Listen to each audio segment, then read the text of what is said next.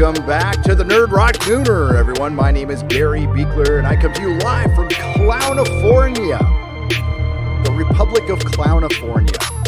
And today we have a lot to talk about. Some of it in the title, some of it is not in the title because of my YouTube paranoia. But let me bring down this music just a little bit. So, first issue is I have temporarily fixed my mic, so you should be able to hear me this episode. And hopefully that'll be better. And then we'll have the new sound system set up for Friday Night Tights. I'm going to be spending the rest of the day cutting a video and setting that up. I'm sure that was all exciting news for you. I'm sure that's what sleepless nights you were spending. Is Nerdrotic going to fix his microphone? I don't know. I just don't know. All right. So hopefully we're going to talk about the comic industry a little bit, but I'm kind of saving it for Friday when we got EVS joining us. We want to break all of that down. But there's a little bit to talk about. Tom King is taking a crack at Watchmen. I'm sure nothing could go wrong with that. I mean, it couldn't be any worse than HBO's Watchmen. Could it?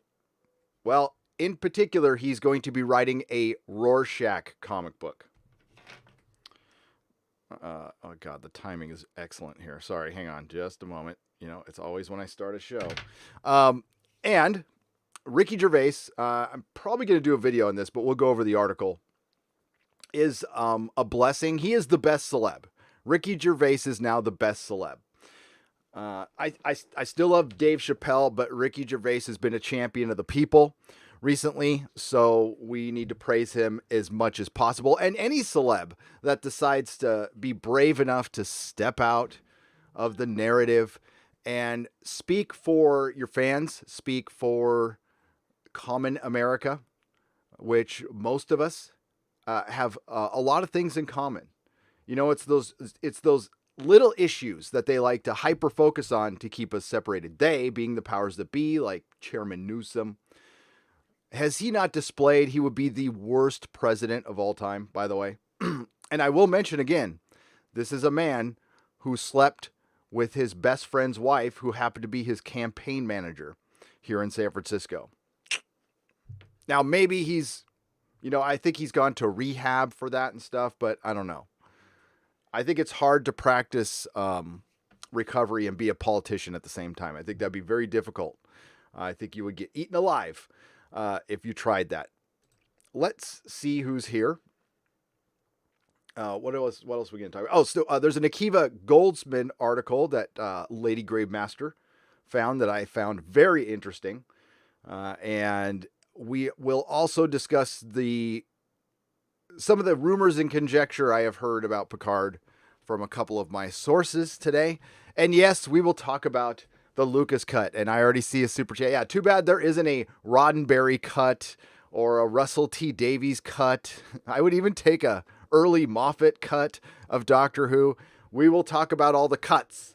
There's a Schumacher cut maybe coming for Batman Forever. Hopefully they cut out Two-Face, and that could make it a decent... No, there's still nipples on the Batsuit. Come on. There's still nipples on the Batsuit. Which Akiva Goldsman was somewhat complicit in because he wrote them in for Batman and Robin because he wrote Batman and Robin. Yet he still gets work. And I will admit that Batman and Robin is not as bad as Star Trek Picard. I would rather watch Batman and Robin or Batman Forever than Star Trek Picard. So let's see who's here. We got Cash Kester, the Eldritch God, Eric Stoller, Anna Vergi, Dragon Volodar, MLP Death Dealer 32, Derek McManus, Crafts and Beer, Miracle Draw, Mick Bright, Lord Craig Speck. Lady Gravemaster is here with a wrench. She is the producer of the show. Counter Falconer, I will get to that super chat. Rorschach sitting down to pee. Thanks, Tom King.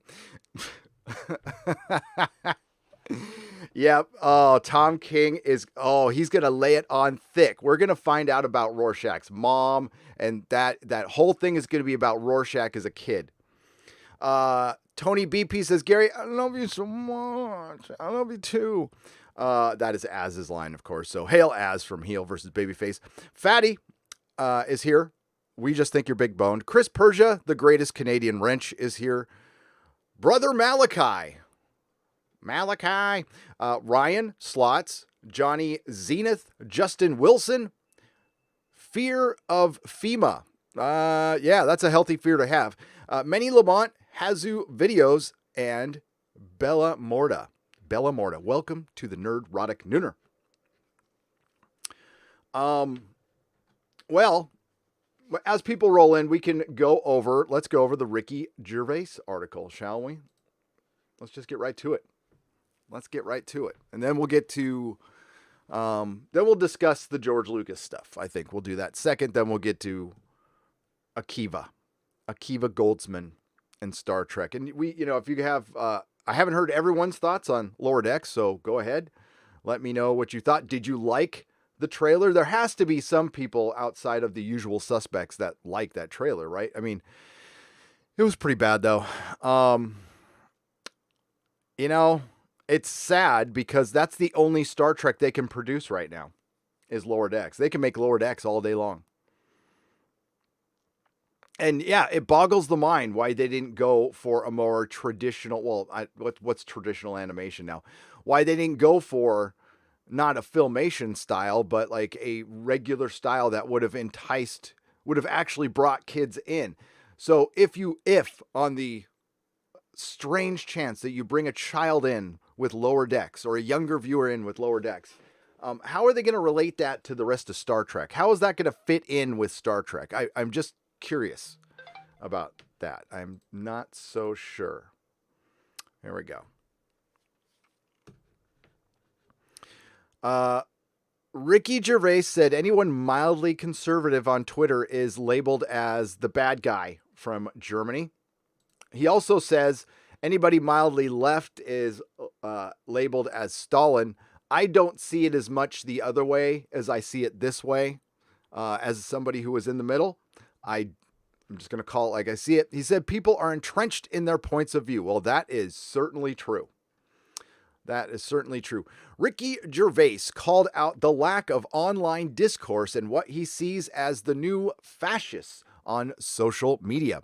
The often controversial comedian and creator of the UK version of The Office appeared on talk radio for a recent interview about the show's 19th anniversary. During the discussion, the host asked Gervais if he thinks the beloved sitcom would be made today, to which he noted that times have changed and there's a lot more to worry about when making comedy than there was 2 decades ago. There's this new weird sort of fascism. No, it's not sort of fascism. It's fascism of people thinking they know what you can say and what you can't say. And it's really weird things that there's this new trendy myth that people who want free speech want it to say awful things all the time, which just isn't true. He explained it protects everyone. Now, I know some of you might bring up the one thing that's not in the title of this live stream is Nick Cannon. So it was Nick Cannon, right? The one who went on this unbelievable rant. Memeology did a video on it. Tim Pool did a video on it. We can certainly discuss it here. I have some thoughts on that. And this is the part where I don't feel that free on YouTube to talk about stuff because there is something pretty spicy, but I'll go for it anyway. From my perspective, but we'll get into that in a little bit.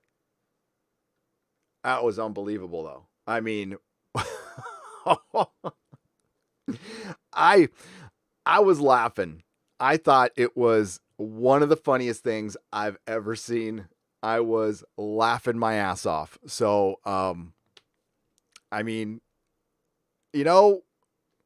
celebrities get a big old bank account and all of a sudden they think it raises their IQ, and that's for all celebrities. black, white, whatever, color, shape, size, gay, straight. Yeah, they get a big full bank account and they think, I am a genius now. Okay.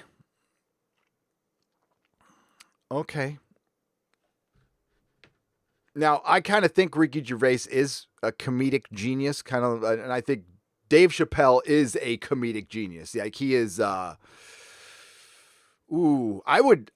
this point, is he as funny as Richard Pryor? I don't know. That's hard to say. Richard Pryor was the genius of genius. Him and George Carlin are kind of the top tier for me. But I think Chappelle is, if there was can we say a Mount Rushmore anymore? If there's a Mount Rushmore of comedy, Chappelle will be on it. Chappelle will be on it. That's my belief. Okay. So the often controversial comedian, and I read that part. So there's a new weird sort of fascism of people thinking they don't know what they can say and what you can't say. And it's really weird thing that there's this new trendy myth that people who want free speech, this stupid Fox site and its ad jumping, I know, ad block, I know, who want free speech wanted to say awful things all the time, which just isn't true, he explained. It protects everyone. Right. So this kind of common sense, the kind of thing that when you say out loud, you want to say duh afterwards. Like, everybody should know this. It's like nowadays telling somebody to look both ways before they cross the street is wisdom, is true wisdom. Somebody goes, really? Especially to Antifa protesters. But, he added the two catastrophic problems with the term hate speech is, one, what constitutes hate speech? Everyone disagrees. Well, yeah. We don't even truly know how to define justice. We don't know how to define porn. So how are you going to define hate speech? Everyone disagrees. There's no consensus on what hate speech is. Two, who decides? And there is the real rub, because obviously the people who think they want to close down free speech because it's bad are the fascists. It's a really weird, mixed up idea.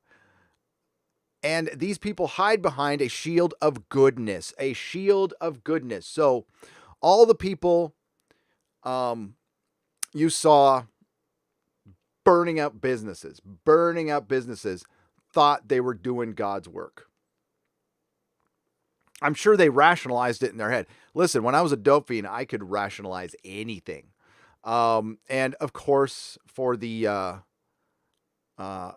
snowflakes out there, I'm going to separate the looters and rioters from the protesters, although it's very hard for me to do that. So we'll talk about the looters and the rioters. Still, there's some of them who are just like, hell yeah. And then there are some of these like, I'm doing this for the good of mankind.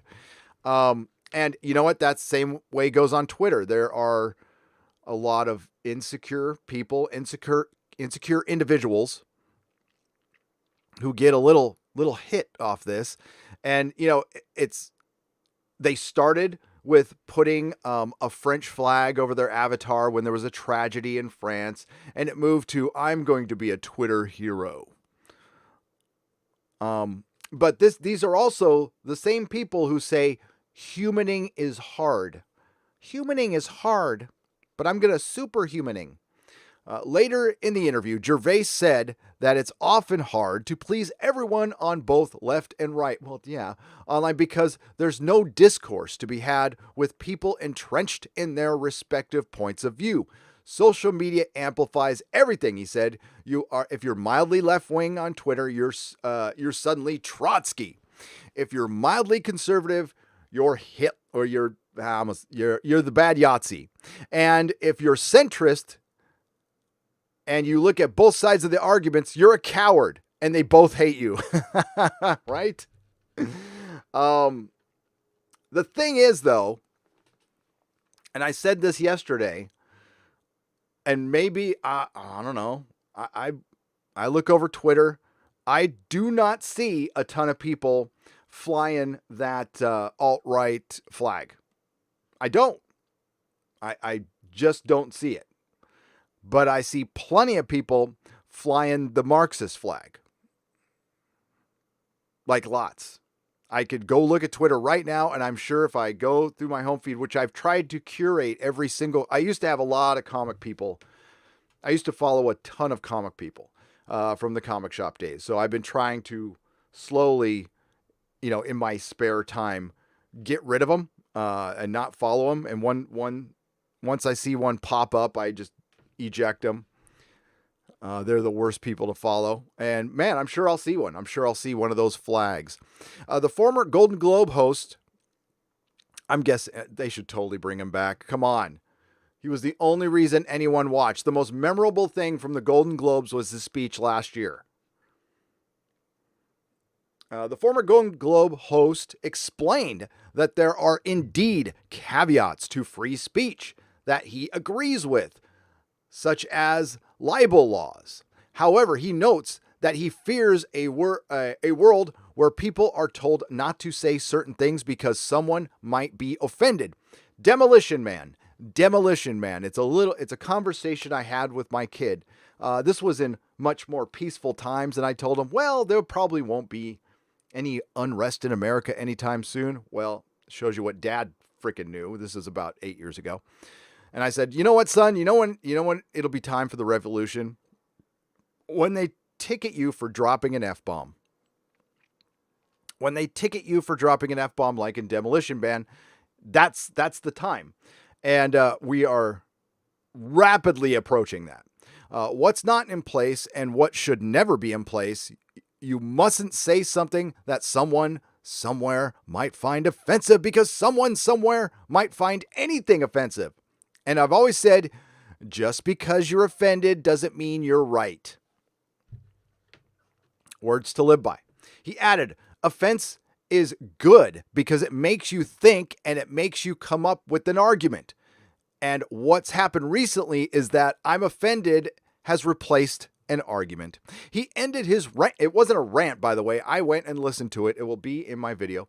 By saying it was up to everyone to decide what they feel is morally good. So you've just got to do your thing, he concluded. Sleep at night and you know you're doing a decent job at work and stuff. In other words, be the change you want to be the best person you could be, and that's the only way we can really change anything. Right now we are pretty powerless, especially when we're here in Clownifornia, because we have a disingenuous governor and government making decisions that benefit them. And all of these people need to be voted out of office or they will never, ever end these lockdowns, folks. They will not end. There's no light at the end of the tunnel, folks. I mean, if we let them do it now, we'll be in the same situation 1 year from now. Do you want to be in this same situation 1 year from now? Better start practicing your free speech. Better start doing something, even if Gavin is a guy you agree with and you love and adore and you like his perfectly combed hair, his American Psycho perfectly combed hair. Yeah. You don't want to be in the same situation. You better do something about it. I'm doing something about it. I'm not waiting. I'm not waiting around. And it sucks. A lot of us are, I wasn't in the position to do anything. Doesn't matter. My kids got to go to school. They want me to homeschool my kid. Okay, I'll try. But he's going to learn the ways of the street. That's what he's going to learn. I'm going to learn, okay, man, never screw over a dope dealer for over $1,000. Okay, you got that? All right. Under $1,000, they probably won't send somebody to kill you. Over that much, they probably will. Yeah.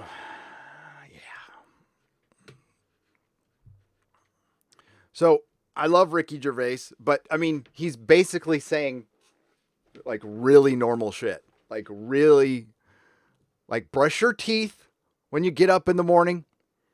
Drink lots of water. Water's very good. Don't eat too much food filled with sodium. Look both ways before you cross the street. don't do drugs, listen to your mother, like basic shit is now like wisdom. This is how bad things have gotten. Truly. Let's see where my next article is. I haven't seen there was some Henry Cavill news. What kind of criticism did he get? Well, probably from the people who he didn't have a beard. I remember people wanted him to have a beard.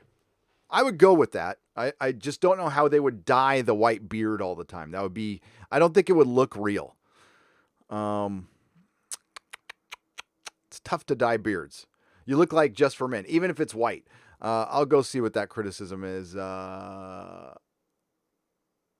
New rumor details Vin Diesel will take on live action character in the Marvel Cinematic Universe. Well, I mean, the Marvel Cinematic Universe is going to be the only place actors will be able to work, because you could probably work out the Marvel Cinematic Universe now if you shoot each individual person on green screen. And don't think Disney won't do this, because they will. Because they will. They're going to need money real soon. DC announces a Rorschach comic from Tom King.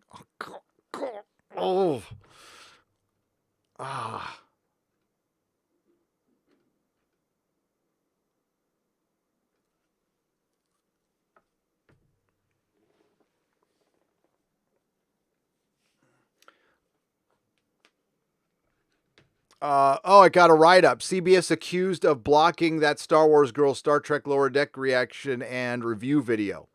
Yeah, they blocked Ryan's at RK Outpost.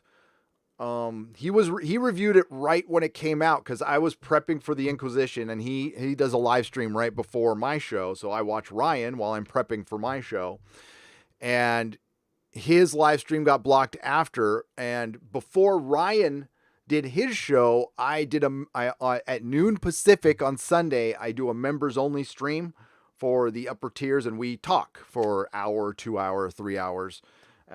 It's usually like real world stuff, stuff I normally don't. I don't know. It's hard to avoid it on the channel now, honestly. But we talk about the beer bug and how it's affecting. I talk to you guys. I wanted to see what's going on with you. We have some great people in there. We got Ginger and Jake D and Loquacious Primate joins us. Yeah, it's really cool. But we were watching we did a live trailer reaction together. Nobody laughed. It was Jake D who said he thought he was about to chuckle, but it might have been indigestion. And then when I went live on the Inquisition, Jake D shoots me a super chat saying, yeah, the member stream's gone. It's gone. And I went and looked, and it was gone. So they had bots. They had bots running. CBS always does this, by the way. CBS is the worst. They're worse than Warner Brothers. If you put anything up with, even if it's legal, ask Anti-Trekker. Anti-Trekker has had the worst experience with this over time, but I got hit a year ago, and that's why there's a Nerdrotic Live. So I'll show you guys what I'm talking. Sorry about that. Whoops. So the reason there's Nerdrotic Live is over Picard. And I can't even remember what video I did. I did a video and they blocked it, but they struck me. They struck me, so I couldn't live stream. So I had to create Nerdrotic Live to go live stream, because I like to live stream. So yeah, CBS are dicks. They're dicks. They're insecure dicks. So are they as bad as Naughty Dog? No. Naughty Dog because you don't have Alex Kurtzman involved in striking down channels. These are bots. This is an edict from CBS. Believe me, if I thought I could blame Alex Kurtzman for this, I would. But no, Alex Kurtzman actually is not involved in this. This is CBS. They've done this for years. They hit me on an unlisted members stream, but they didn't get us on the Inquisition. Why, you ask? Why? Should I tell you?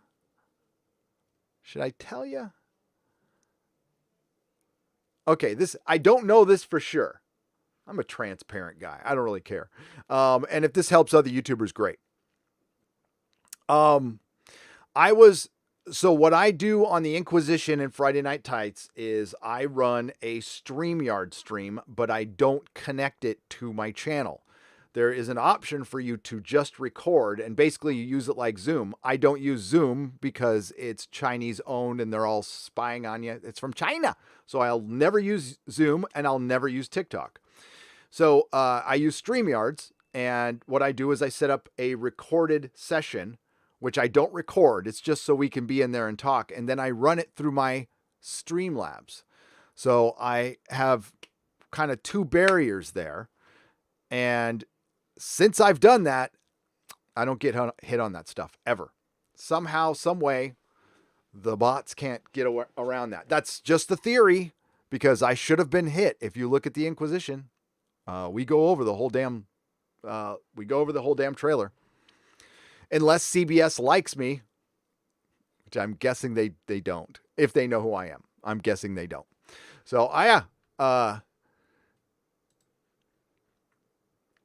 CBS blocked her video.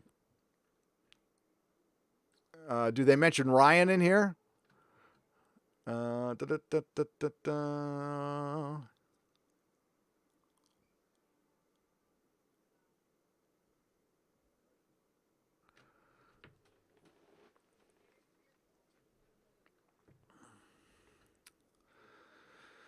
Yes, that was a year ago for the Picard trailer. Okay, I'm just reading it. She says, then I realized I got an email saying my video was blocked worldwide. Now, this is not the first time CBS has done this to me.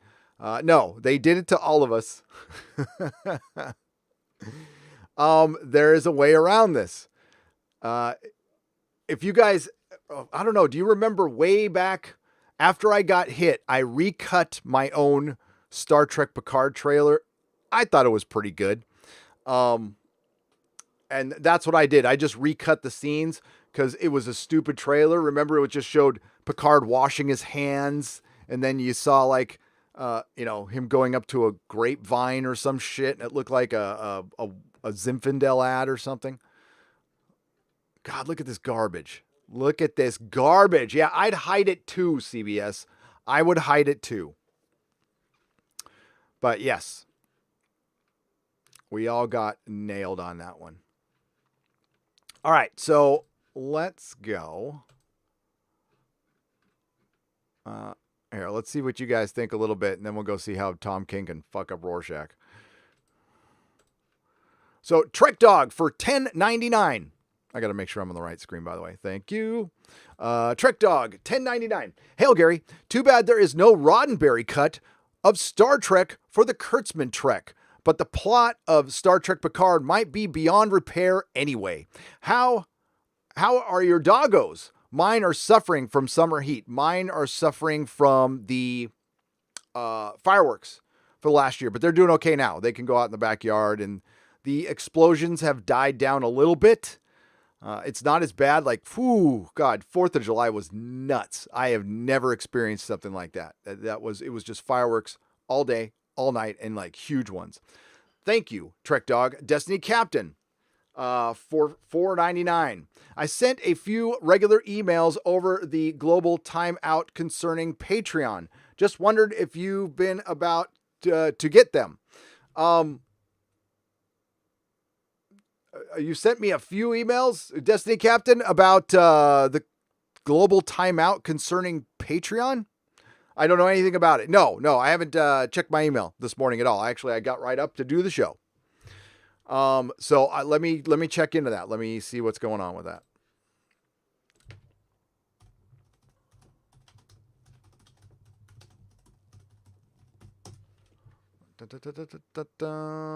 I don't see anything about that. Bum, bum, bum, bum, bum, bum, bum, bum, bum, bum.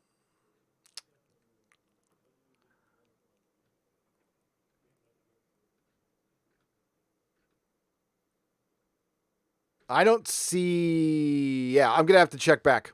I can't check emails during the show, man. It kills. Yeah, You lose 30 viewers when you start checking emails during the show. I will check it later. Destiny Captain, thank you for sending me. If it's about Patreon and their shenanigans, we will discuss that in a little bit. J1701D for £5. Great Gary died. We rarely mentioned, but gifted chief writer and exec Michael Piller. His writing DNA was in all the good 90s Trek and taught Ronald D. Moore, etc. R.I.P. So the great Star Trek died with rarely mentioned, but it was Michael Piller. So Michael Piller died. Okay. R.I.P. Michael Piller. R.I.P. Michael Piller. And he says he was right. His writing DNA was all over all the good 90s Trek. He taught Ronald D. Moore, etc. And how old was he? Well, may he rest in peace. R.I.P. Michael Piller. Scottish Nerd, thank you for the $1.49, the phallic unicorn, for $5. And it just jumped on me. I am finding recovery hard during this pandemic and social unrest, but cigars, black coffee, and your live streams help. Thanks for all your efforts. AJ1218 for $5. Yes. This is something that really needs to be addressed, and soon. And the reason they're clamping down on recovery is because they want to clamp down on churches. That is straight up a government thing. Straight up. And they're getting caught up in it. You can most certainly do a meeting outside. As a matter of fact, I would highly recommend you do them. You go outside, you practice your social distancing, because sobriety, listen, a lot of people are going back out again over this. So I know it's difficult. It's not easy for me. I used to go to 2 meetings a week. Haven't been to one since the pandemic started, and you feel it. I understand you feel it. So, yeah, you just got to start your own. That's it. Jerry RN for $3.99. Hail Nerdrotic. Back to the shutdown in California. Yes, well, I don't know how extensive the shutdown is. I get mixed messages. But it looks like it's rolled back to, all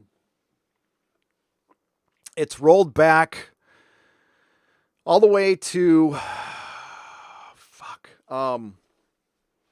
stage 3 here. Now, we haven't even gotten out of it here in San Francisco. So we didn't have restaurants open. They shut down the restaurants. I think you can still go shop at a bookstore unless it's back to curbside pickup. That's fucking ridiculous. Ridiculous. Thank you, Jerry RN. And everybody's saying that. Everybody's saying it. We all know why the cases are going up, because they're testing more. This is all BS. Rorschach, I'm not saying the beer bug is BS. It is real. And the reason it spiked is because we're testing more, and there was a bunch of people rioting a month ago. Rorschach sitting down to pee. Thanks, Tom King, says Count Falconer. Yep, let's take a look at that right now. Get my email off the screen. Hang on a second.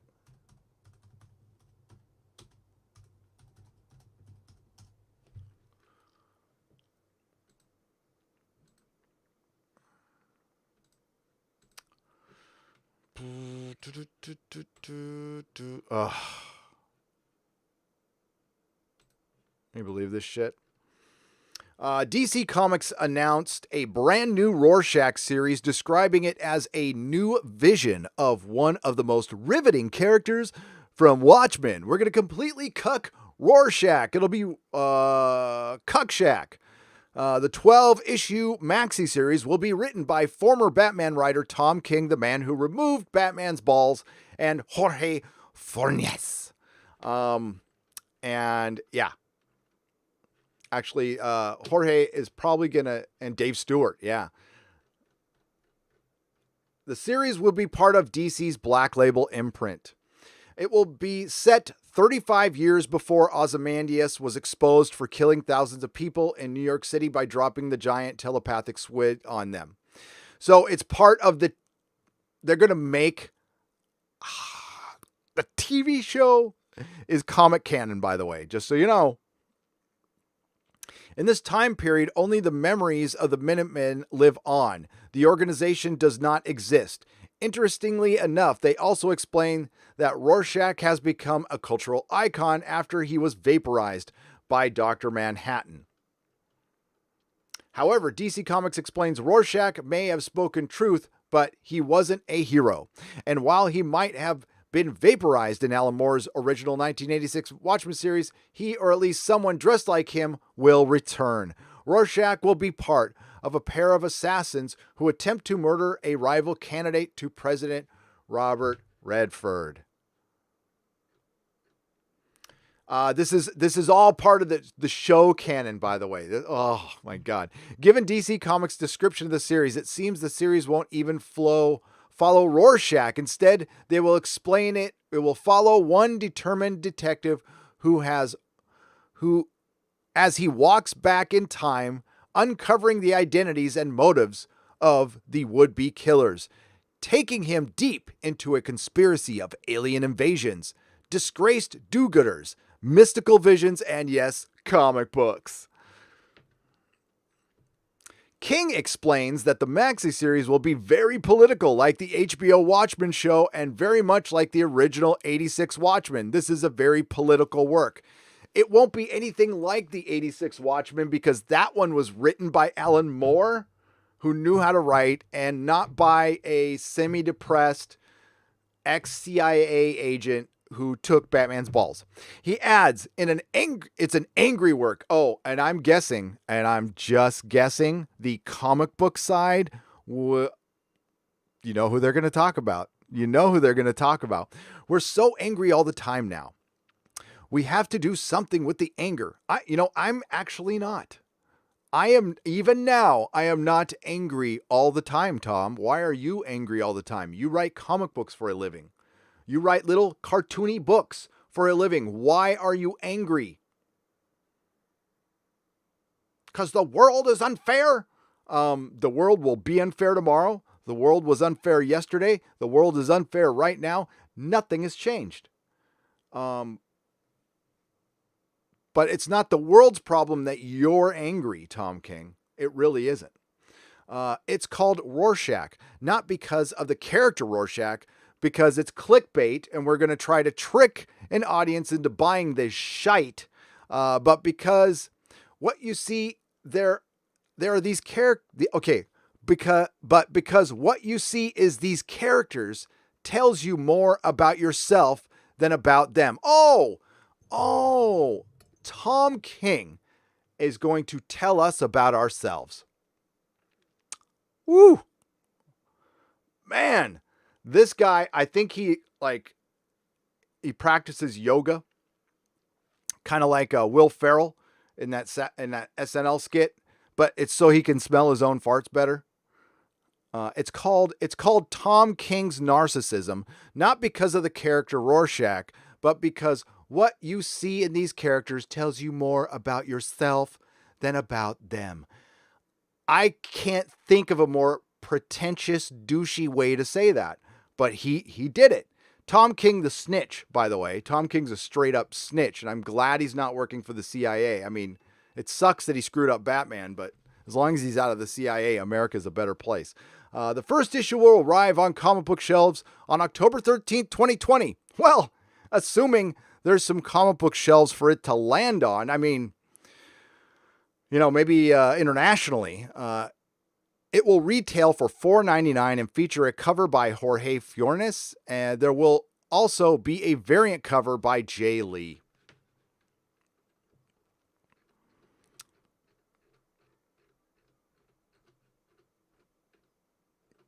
God, that is so depressing. Oh well, DC Comics. I keep hitting the wrong button there. It's getting hot. It's getting flipping hot in here. Dun, dun, dun, dun, dun.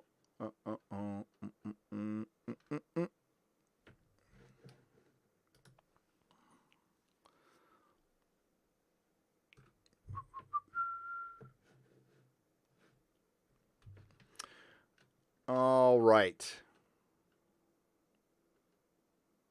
Hail, Nerdrotic, back to the shutdown in California, and that was Jerry RN for $3.99. Yeah, and it's going to get worse. That's the bummer about this. I mean, look, I could just live stream every day.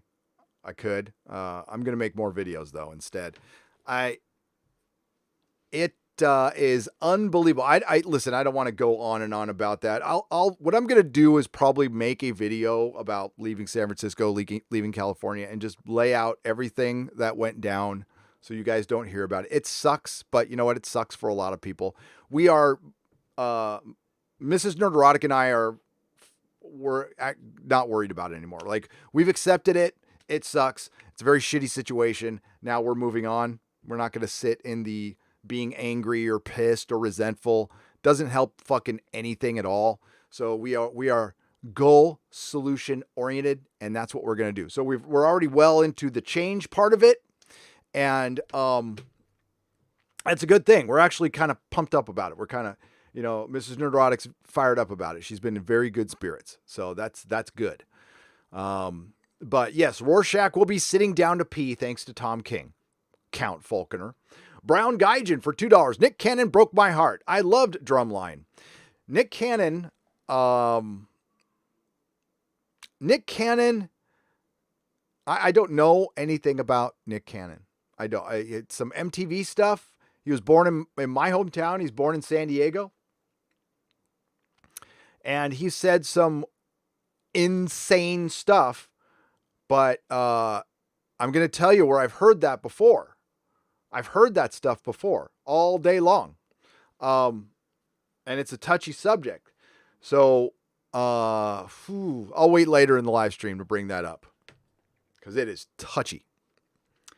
I'm not going to give you my opinion on listen, it's all based on when I was locked up. When I was locked up, there's certain things you have access to when you're locked up, and that is religion. You can go to church. They want you to go to church, and there's there's Muslim, there's Christian, there's Catholic, there's Jewish, and the Native Americans can practice their religion. They even have a set an area where they can go have their the smoke huts.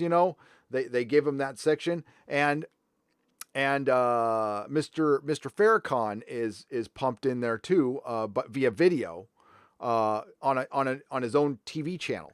So so when we have, like 6 TV channels in there, I would fall asleep and I'd turn on the Farrakhan stuff for a little while, listen to it. And, again, this was in the 90s. So the man could have changed since then. I don't know much about him. I don't know much about the movement other than what I heard when I was locked up. And so I could see where Nick Cannon came up with some of that stuff. I think he misinterpreted a lot of stuff too, probably. But that was an insane thing to say out loud. To feel emboldened to say something that out loud, that tells you where we are. And we are going backwards. Okay, that is not unity. That is not healing. That is not, oh my God.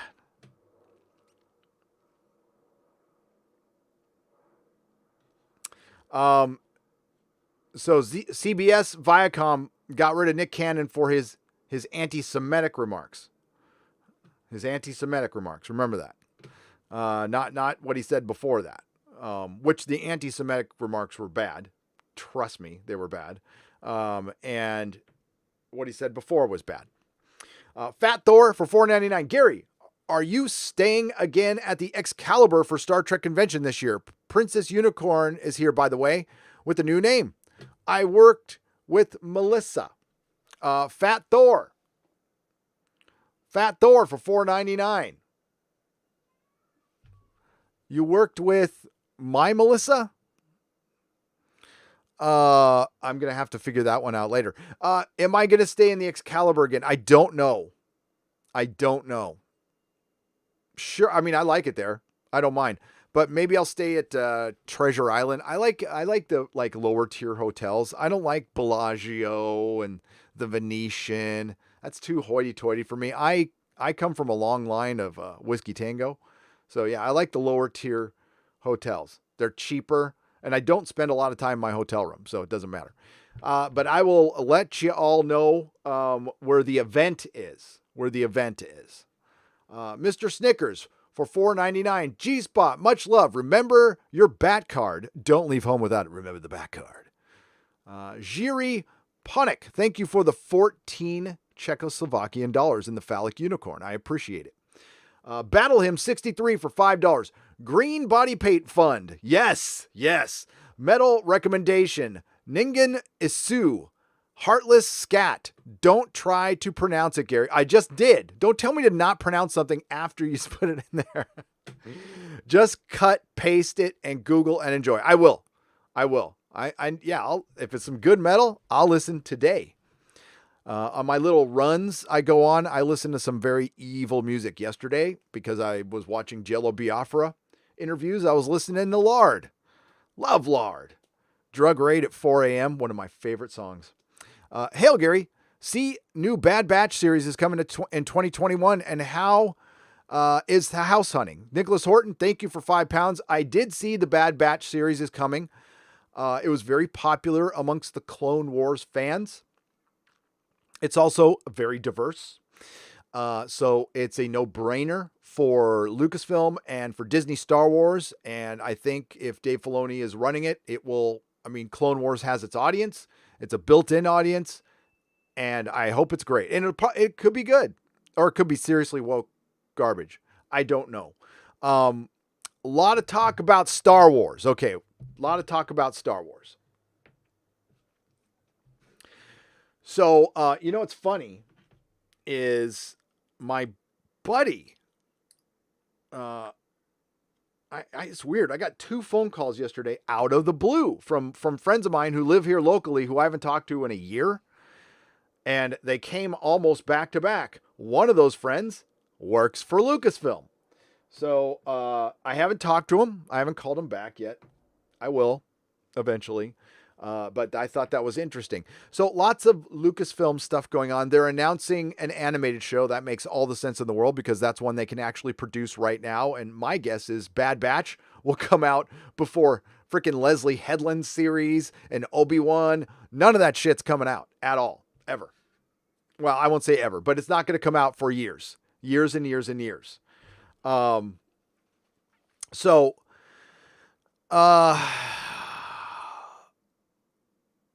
It's good that there's still an energy around Star Wars. Like there's still a passion, like people are still happy about it. Jeremy just did a video. I'll say it again. I care less. They could come in with a George Lucas cut that erases the Disney trilogy and it doesn't make things okay. You can't undo the damage. Is there a George? So, the new rumor is a George Lucas cut.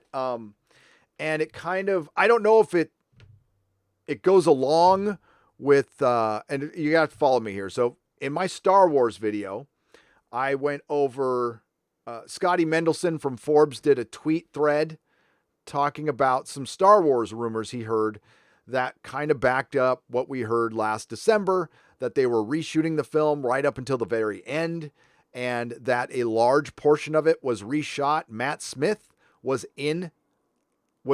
scenes were shot with Matt Smith and they got rid of them and they reshot 40 to 60% of the film. And that comes from a source, from Scotty Mendelson. So it's not confirmation. It is not official. It is a rumor from a guy. At least he put his name on it. There's a name on the source. Okay. And he said he heard from a friend of a friend that Matt Smith scenes were shot and they reshot a bunch of the film. So that confirms a lot of what we heard on Reddit from Doomcock, from Midnight's Edge, that there were major reshoots. Remember when people said you can't reshoot 75%? Okay, maybe it wasn't 75%, maybe it was 60. And that's what I always said in my video. They shot that much, they reshot that much for Solo. Why wouldn't they do it for Rise of Skywalker? And it also looks like that there was a cut that Disney approved behind Jar Jar Abrams' back, which might have led to the rumor of there being multiple cuts. Now, did George Lucas go in and cut an entire version of the Rise of Skywalker? That's the question I'll put to you. I don't think that's possible. Did George Lucas come in and cut pieces? Was he there? Sure. I mean, that could be possible. I don't know, but that could be possible. He was seen on the set for Mandalorian. Why wouldn't he be asked in the editing bay? It's not like he's got a lot to do right now. You see him eating cafeteria food. If somebody asked him into an editing bay to work on a little Star Wars, you think he might say yes. I think that's a possibility. That's all I'm saying. So sure, it could exist somewhere. But I watched Doomcock's video. Somebody asked me to watch it yesterday. I always watch his videos. It was a day late. Somebody said yesterday that he provided like evidence. I didn't see any evidence of, to be fair, of the George Lucas cut, but it could be out there. I don't know. I'm not Lucasfilm. But what difference would it make? I guess in the Lucas cut, according to Doomcock, there is a scene where there's the Force ghost of Han, Luke, and Leia together on the Falcon. And it would have to be a different scene with obviously Carrie Fisher being deceased. I don't know what, if it fires people up and gives them hope, fine. But the question remains, where does Star Wars go from here? This is their dilemma. There is obviously a bunch of Star Wars fans not happy with the direction it's going in, and they got really fired up just at the rumor of them possibly erasing the Disney trilogy and the existence of a George Lucas cut. That made a lot of people happy and excited. So Disney should take notice of that. That's your most important takeaway. That there is a large portion of the fandom that's really upset. There's also a portion of the fandom that likes all that stuff. And you have to factor that. I mean, and that's what Disney's going to look at. And who is it going to be easiest to bend the knee to? It's not about money anymore, folks. It's not about money. It's about perception, public perception. That is more valuable to Disney right now than money. Now that could change. That should change because we're going to get into a true meritocracy here pretty soon, especially here in California, if things stayed locked down forever. Okay. California is where Hollywood is. Lucasfilm, Skywalker Ranch is which is in Marin County, which just got rolled back. Marin County was much lighter with their rules. They've been rolled back. They cannot have meetings. As far as I know, all meetings in Hollywood are on Zoom. There have been no personal meetings. I'm about to go over an article. They are writing Picard on Zoom. They are not meeting in person. Nobody in Hollywood is meeting in person. Now, it could be different in Marin County where the beer bug restrictions were a little more lax than in LA. In LA, they're pretty strict, but now in Marin County, they're pretty strict. So, like, for instance, last week, you could do hair salon could be open in Marin County. But as far as I know, every single Hollywood meeting is being done on Zoom. So the Chinese now know about every plot, and you're going to see, I wouldn't be surprised if you see Reddit leaks for days now on stuff because everybody decided to have their pitch meetings on freaking Zoom, you morons. Oh, the leaks are going to be glorious. They're going to be glorious. We're going to have content for days and maybe a year. Fucking morons. So part of that rumor was there was a meeting at Lucasfilm. Maybe there was, maybe there wasn't. I would imagine it would be a Zoom meeting. Plus, you can actually secure Zoom meetings aside from the Chinese spying on you, but from like Lucasfilm people who are going to talk. Well, they're not going to overhear anything. They'll overhear maybe one side of a conversation, but they're not in the building. So there's going to be no whispering. There's going to be no gossiping, unless it's, assistants gossiping over DMs, which I guess could happen. So yeah, I I hope if there's a George Lucas cut of Rise of Skywalker, that makes no difference to me. Rise of Skywalker is a complete turd, but The Last Jedi is worse. And that's the question. Is there a Lucas cut of The Last Jedi where Luke doesn't die? See, because that's how you can start to make things okay. If you want to really make things okay,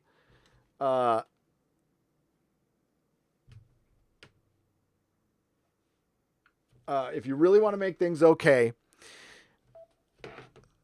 don't kill Luke. Start there. Don't kill Luke. But that damage is already done. Here's what I think will happen with Disney Star Wars. Just based on nothing. Based on my drug-addled brain. And what I've experienced in 45 years of being a fan. When shit goes wrong, like horribly wrong, they being the powers that be, listen, comic books is a great way to look at pop culture as a whole because they've done everything in comic books. All right. They've done it all. They've messed up worse than anyone. One More Day fundamentally changed Spider-Man, turned off a lot of Spider-Man fans. And I would argue Spider-Man was the biggest superhero in the world until that happened in comic books. And now Batman overtook Spider-Man because they destroyed him in One More Day. They have been trying to quietly and systematically undo that since then, but the damage was already done. There were fans you were never, ever going to get back after that. They were done forever. And I'm talking, these were your hardcore Spider-Man fans. Had every issue, knew everything about them, turned them off forever. That's what Star Wars, that's their dilemma. The Disney dilemma is the best you can get, the as good as it's going to get is you're going to get a percentage of your fandom back. You're never going to get the whole fandom back. You're not even going to get half of them back. Because Star Wars is kind of old news. It's not, for a while it was all hip and cool to be into Star Wars, have a little Star Wars sticker on your car. It was like normie nip, they were digging it. But normies get over shit, especially when it goes horribly wrong. And the normies, because they're normies, they don't have time to figure out like, oh my God, what actually is cool and good. Not all of them do. And some of them have good instinct for it, but normies are normies and we love them for it. Hopefully I didn't unplug my mic. And they're over Star Wars. They're completely over Star Wars. So you got to start from scratch, Disney. So what I believe is going to happen is they're just going to forget about it. It's going to be ghosted. The Disney trilogy will be ghosted. Will it be erased? No, I don't think so. There were a lot. Remember when the prequels came out, folks? There was a similar sentiment.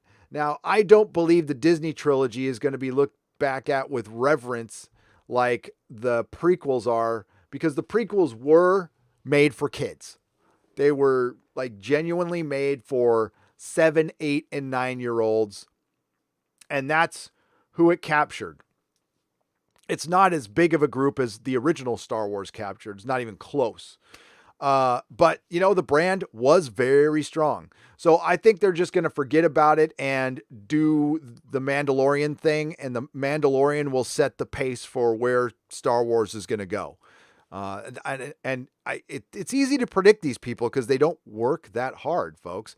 So Jon Favreau is there. Why is Jon Favreau working on the Mandalorian? Well, he's a good Disney employee.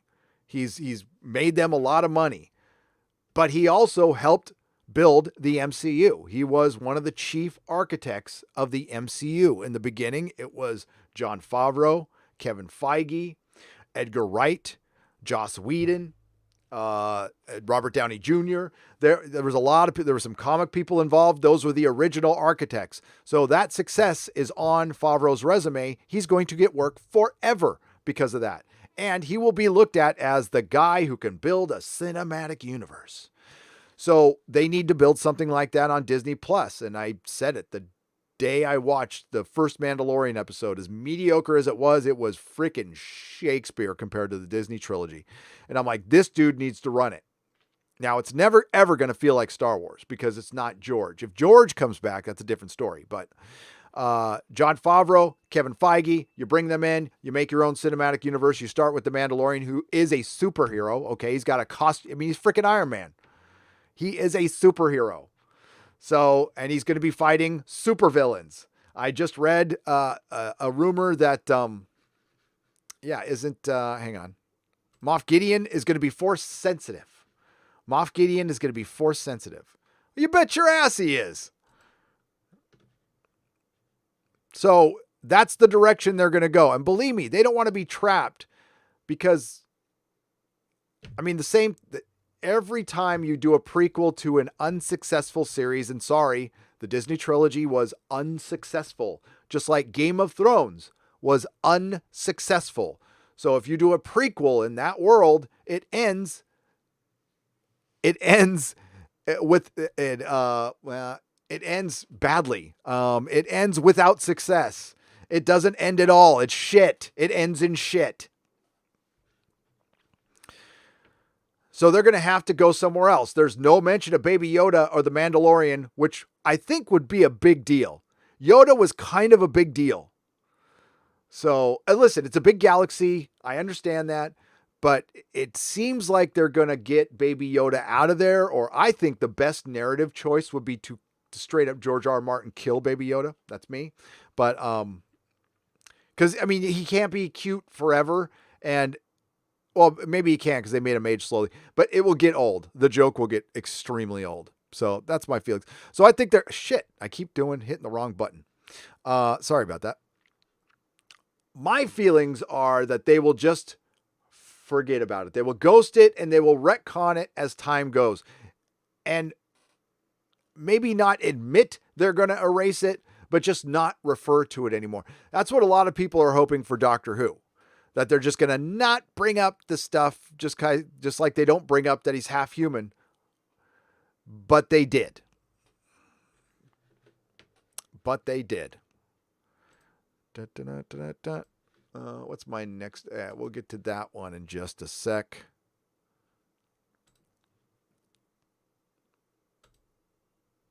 Dude, come on, Gary. Jesus. I need some more coffee. I know you might be going, what? But I know I need some more coffee. Greetings, everyone. Okay, so to explain the time, I wanted to start it at 10 because I wanted to take on Campia. No, that had nothing to do with it. I wanted to see if this time works for everyone because it's so I have more of my day afterwards. But I've already heard some people saying they like it at noon, so I will listen to you guys. So we'll see if this works. If this doesn't work, then we'll go back to the old time. I'm not stuck on the decision. But this would help me produce more videos. But if you guys like noon better, then I'll listen. I can't respond to everyone. But I try to read as many comments. I try to read as many DMs. I try to read as many emails. I'm woefully behind, but I do try. About Lower Decks, I must admit that I had a crack at the Phaser sketch part, but that the rest was just a wacky kid story with just Star Trek smothered over it. It's just nonsense, says Dario Sussman for 100 Argentinian dollars. Yeah. The thing at the end where she said the phaser was on stun, that could have been kind of funny. Listen, I'm not going to lie to you guys. I'm hard on Star Trek. I am hard on Kurtzman's Star Trek. It would take a lot for me to like it, but if something good comes along, I'm not stuck on hating Alex Kurtzman. He just isn't good at what he does. I give him a chance every time I watch a show. I'm like, all right, open-minded.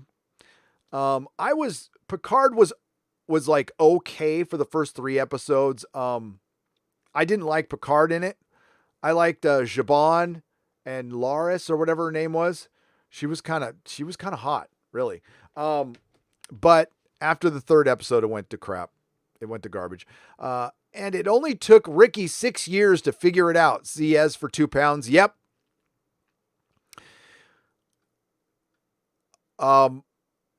What Ricky has figured out, CS and CZ, and you're right, is there is a cottage industry in speaking with common sense and speaking the truth. He's gonna find out that he will become immensely popular. I've been begging celebs to do this. One of you break the narrative, step outside of the narrative, just speak with a little common sense. Show some compassion for both sides. Just, you know what? Don't call supporters of the Orange Man Yahtzees. You can say, I disagree with these people. I think they're wrong, but they're not Yahtzees. That's acceptable. But no, people are getting canceled if they date Orange Man supporters. Well, my son is an Orange Man supporter. Not everything, but my son is, one of my moms is an Orange Man supporter. So am I supposed to cancel them? And there are some circles, yes, I've read articles, you should cancel family members who support the president. Are you effing insane? And you know what? This is the same rhetoric I heard with Bush. Remember, Bush was the devil incarnate. And now he's a sweet old man. How did that change? Sunny Man, welcome to the proto-molecule level and upgraded to the Geloja level. Hail! Thank you. Icane Illis, welcome to the Geloja level. Dreary Nitpicker for $9.99. Hail, Gary, full of coffee. How the hell do you not potty? Well, I've done it since I've started live streaming 3 times. How do I not? I usually, the key is it's just like a long road trip, Jury Nitpicker. You go before the show. Sorry about Pete's being closed, but there you go. Go. Dropping nerd knowledge is how you roll. So let's talk about the Brie Ho. Well, she's a hoe for attention. I kind of missed the opportunity of making a video about her.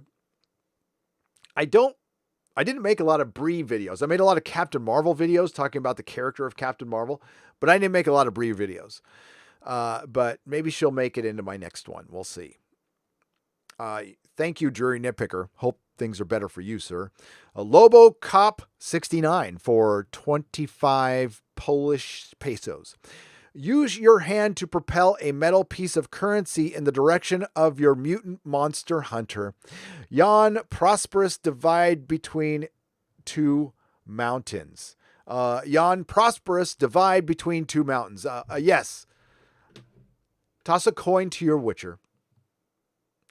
The pride of Poland, by the way. The pride of Poland. The Dark Knight Rises was a movie, not an instructional video, says Garrett Barley for $4.99. Right? I totally look at that movie differently now. Chris G for $2.50. F word can get you arrested in the UK. Section 5 POA. Yep. Well, then it's time. It's time, Chris G. It's time. I don't know what people are waiting for. Evan S, $4.99. Could you please get Dave Cullen on the show? The ginger seems really down and he needs to decompress and talk some stuff that will lighten his spirits. Yes. Dave, our time difference is difficult, but we can get Dave on. Maybe I'll get Dave on the Saturday show. That would be awesome to get him on the Doctor Who show. Yeah. This stuff obviously can get you down. But you want to try to remember this. There are factions that want to keep you down. It is in their best interest to keep you down and sad and scared. So you are compliant and you obey. I can't use my words. So you obey. So you are a good little citizen and you stay at home. And by the way, that's the working class, the people who actually make this world go around. And I say, do not obey. This country was founded on not obeying. So the only way, I personally don't want to wait for another election because that's when we can get rid of Gavin Newsom. And I think that's a distinct possibility. If he locks people down too long, they will make him pay for it. There will be politicians who will think twice about it if they all get voted out of office. Now, I don't think we should wait for election. I think we should do it legally. I think we should recall his ass. I don't know if that could happen here in California, but it's up to us to do something. So turn off the mainstream media if you haven't already. Stay off of Twitter. Man, Twitter's bad. Twitter is bad. And I don't know how much longer I'm going to be on it, to be honest with you. I can't even go on it for a couple minutes now. And don't let that drive you. Look at the facts. And right now we are being screwed. And don't forget that. Do not forget that we are being screwed. We are absolutely being screwed. The working class, the people who, you know what? We didn't break any laws. We paid our taxes. We did things the way we were supposed to do them. We followed your rules, and now we're getting punished for it. But it's for our safety. Stop with that nonsense.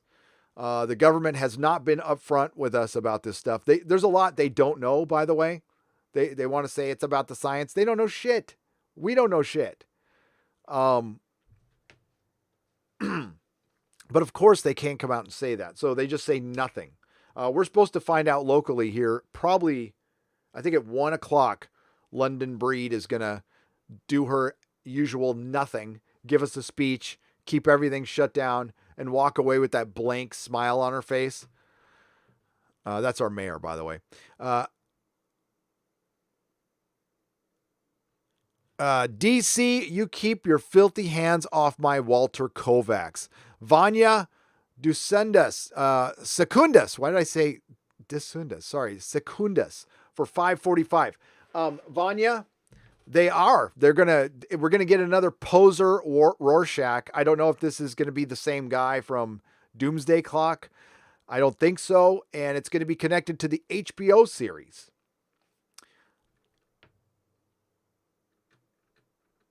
So it's going to be awful. Tom King says it's going to be highly political.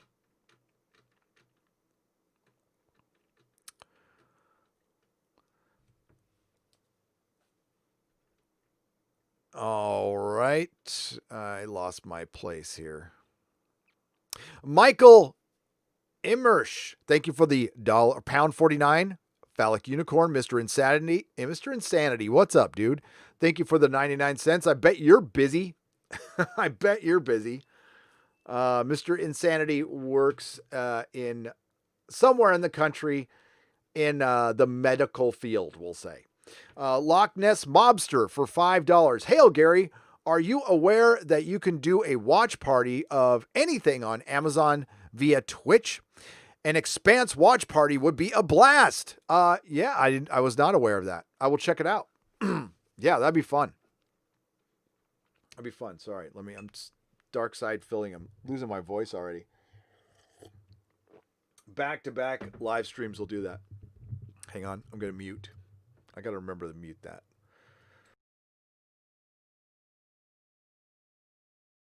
That's better.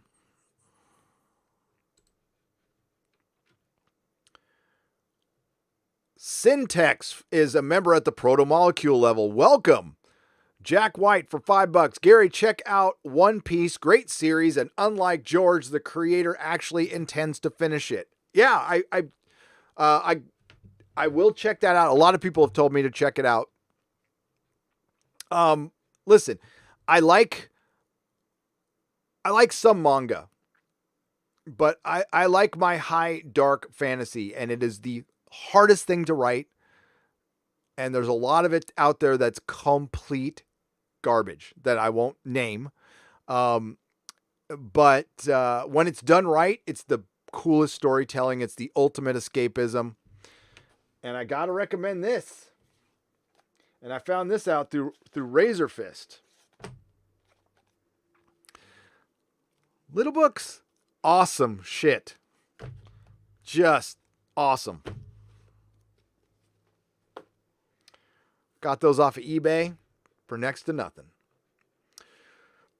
But I'll check out One Piece. Haven't heard about Farscape from you since season 1 review. Did you watch the rest of it? Did you like it? Why bother for £5? I did. What kind of got messed up about that was it was supposed to be a virgin watch. So it was supposed to be me alone watching Farscape, and then I would give you my first impression after I saw the series. I was liking it, brought on a couple co-hosts, and honestly, it's not the co-host's fault, but it derailed it. It totally derailed it. And yeah, and I just kind of watched the rest of the series on my own, and I loved it. I own it. It's great. I highly recommend Farscape.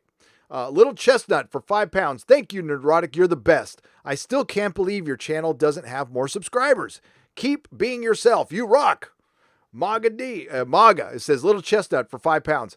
I think 256,000 is a lot. Thanks for saying I should have more. No, it's summer and it's been slow, and for whatever reason, I was picking up like 1,000 a day for a while for like 3 months straight. But that is obviously slowed down, and that is part of YouTube. That's just the way it goes. And it's based on YouTube's recommendations, and they aren't recommending me as much. It's just my turn, it goes, like I said, it goes ups and down. I don't trip on it because I'm at 256,000 subscribers. That's a lot. That was the last time I checked. I kind of stopped looking for a little while because it's a lot. So I'm good. I'll just keep trying to pump out content. And if you like it, you'll let me know.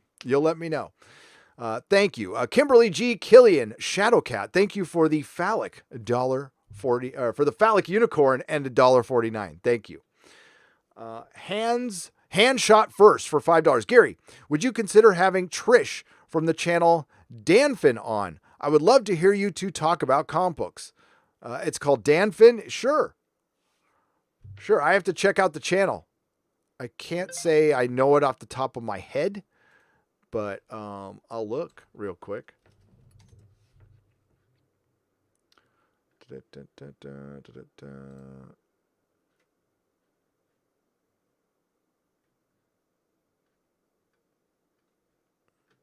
Yeah, Trish. Yeah. Looks like she talks about the Whisper Network. I didn't do a video on that one because I didn't think it would.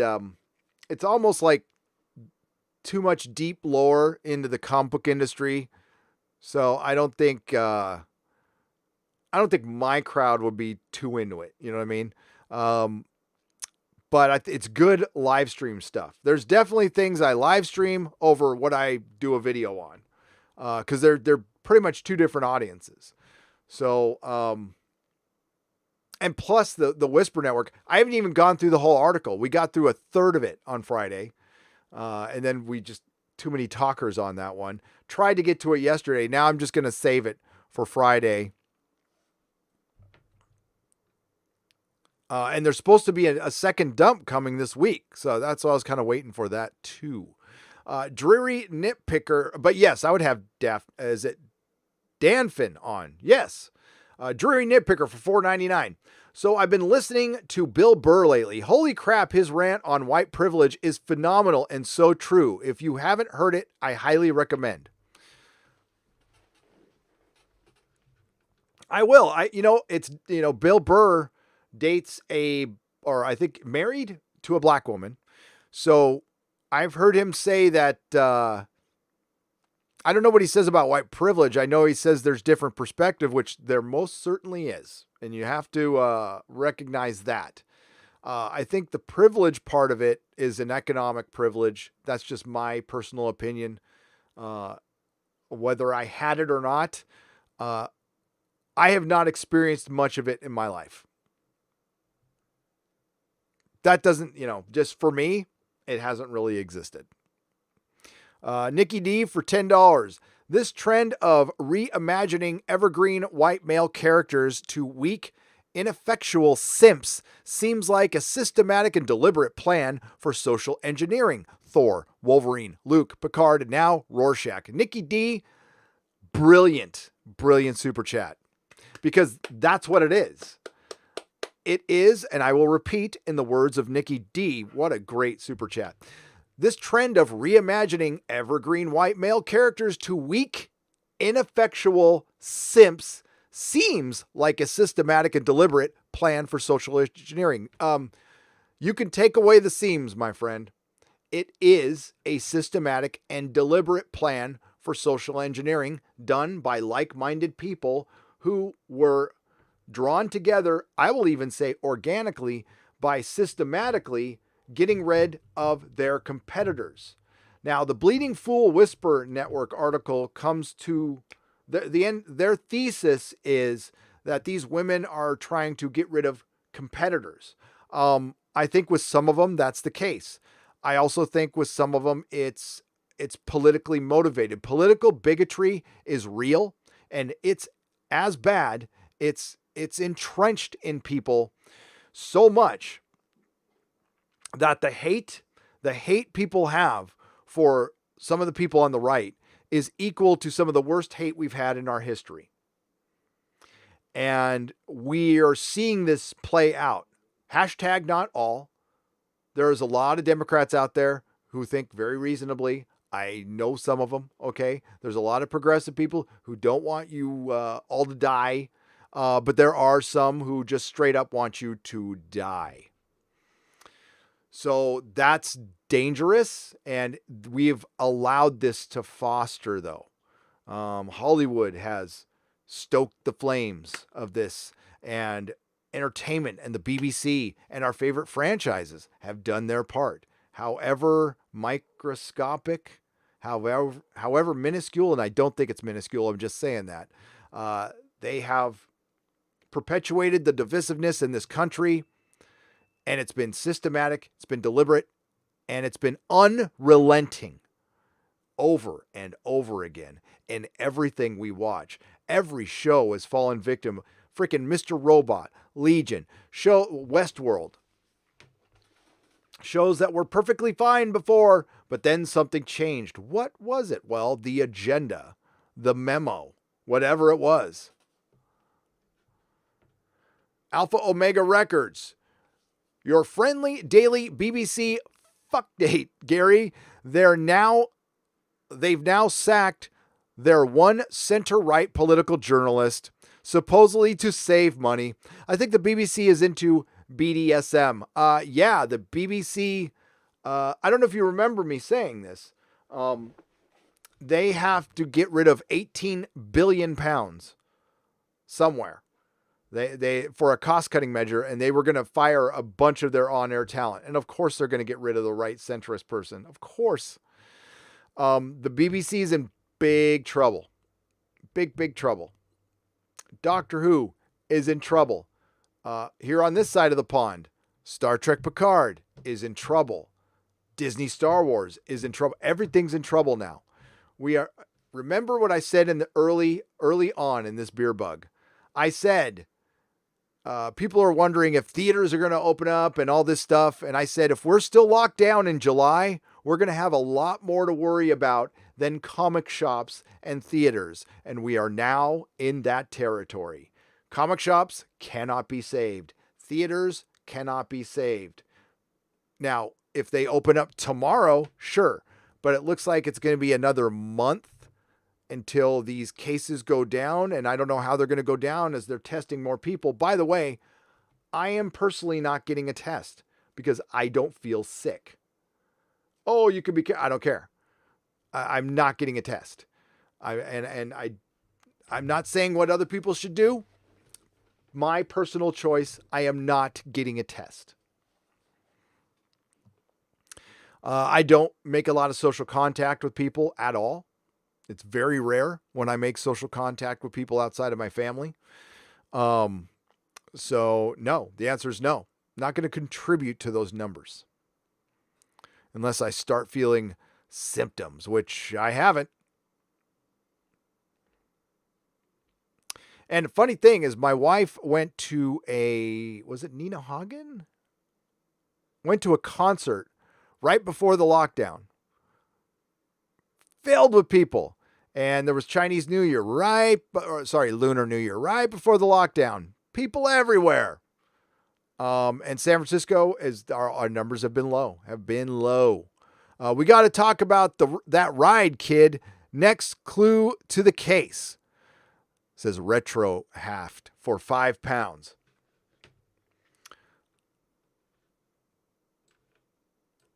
I'm blanking on what that's a reference to. We had somebody from Doctor Who die today, too. Oh, God, yes, The Expanse. The Expanse. I'm fired. We will acknowledge that person later. It's very sad, but yeah, we lost somebody from Star Trek and Doctor Who. Marvel, $20.99. Dude, welcome to the Grand Gandalf level. Love Spider-Man $20.99. Love the game. Oh, it was so good. Almost 2,000 watching now. We got 2,500. Thank you all, and please remember to push that like button if you're feeling extra button pushy. There's a red button to push also. Lady Gravemaster, Lady Gravemaster, you are not supposed to super chat. I'm going to give that back to you. Lady Gravemaster is the great producer for Nerdrotic. She's training on the job, and she's learning how difficult it is to get a hold of me, and my lack of schedule is completely insane, but somehow it works. You know what? Maybe if I get on a schedule, maybe I'll have more subs. I don't think that's got anything to do with it, though. It's as far as the algorithm, it's good for some, it's bad for others. It was great for me for like 4 months. And it's still pretty good. I'm not complaining. It's still pretty good. It's been better. It's been worse. But I'm having a ton of fun live streaming. So if that's all I do from now on, that's all I do. Hail to the fandom from Chairman Noosman's California.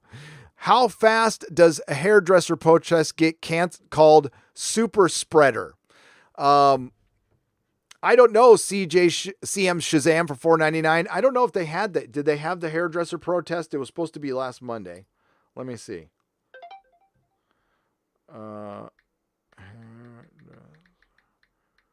It was supposed to be in Alameda.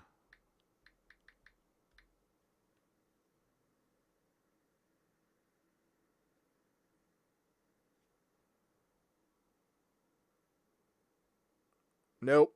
No word on it anywhere. So I don't know if it actually happened or not. You notice Gavin Newsom's getting his hair done, though. Do you notice that? He's getting his hair cut. Bless you in your effort to preserve nerddom. Thank you, Tony Bayer, for $1.99. It's difficult. It's very difficult when it's been infected by partisan political agents and partisan provocateurs who want to keep us divided, who want to use our pop culture as a tool for propaganda, for social Marxism. Yes, indeed. A lot of artists who work for comic companies that wouldn't exist if it wasn't for capitalism. It doesn't make any sense in my head at all. But there you go.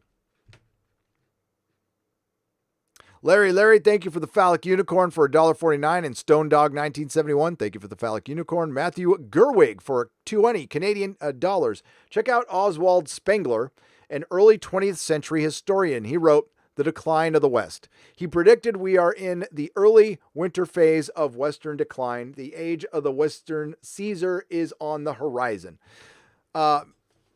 Thank you for the Canadian $20. I do not believe we are in a decline. I repeat, I do not believe we are in a decline. We are in a shift, a forced shift that we can fight quite easily if we get off our asses. We outnumber everyone, but we're all in shock. We're all, what can we do? You know what? I heard a salon owner in Palo Alto told Mrs. Nerdrotic, F it, I'm opening anyway. And you know what? Most people left that person in the dust. And even Mrs. Nerdrotic said that sounds risky. Yes, it's risky. You need to do it. What are they going to do? They're not going to arrest rioters and looters, but they're going to arrest somebody for opening their fucking business. Yeah, they're going to threaten to take away your license. Guess what? You might not have a license if you're closed for much longer anyway. So do you want to survive or not? I mean, that's it. Don't wait till it's too late. It's better to do something too early than too late. That's what every general manager says in sports ball. I'd rather get rid of a player too early rather than too late. Well, I would rather get out of a bad situation early rather than too late. And this is a bad situation that's not going to get better, but we can defeat it. So I'm not going to say Western civilization's in decline. That's very defeatist. That is very defeatist. Western civilization is being challenged. People are trying to take it away. Are we going to defend it? Or are we just going to lay down and get our asses whooped? So don't be defeatist. It's not in decline. It's being challenged. There's a difference. 5 months ago, things were just fine. Western civilization didn't do anything wrong. Western civilization didn't bring us the beer bug. Well, it might have in a roundabout way, but we know where that came from. Where it truly came from. Right? That doesn't get talked about anymore. I wonder if there's a party out there interested in distracting from where it really came from so they can cause dissent. Remember when there was like a narrative that Russians were trying to cause dissent in the United States? I remember. So, thank you, Matthew. Don't get down. Don't get discouraged. It's just time. It's time to fight. It's time to get up. Sorry, but that's the philosophy I learned from prison. I spent my entire time in prison trying to stay out of trouble. I didn't want, getting your ass kicked hurts. Okay. Getting your ass beat hurts. Like in a fight. And, you can't stay out of it all the time, right? There's going to be somebody who doesn't like the look of you, who doesn't like, and that's really how it started. So I got in 6 fights when I was in there. I didn't start a single one of them, but somebody just didn't like my blonde hair, my glasses, whatever. They didn't like the fact that I was going to get out and they weren't. That was the main one right there. And they started shit with me and I had to defend myself. I couldn't be a bitch. So you had to fight. You lose. You hurt. You know it's coming. You're like, this dude's huge. Bow! And like, yeah, but you got to fight. You got to fight. You can't avoid confrontation forever. Gary, I'm still waiting to hear from you on Twitter to help. Have you heard about the con thing going on? Hope it's true. Private Halo 117.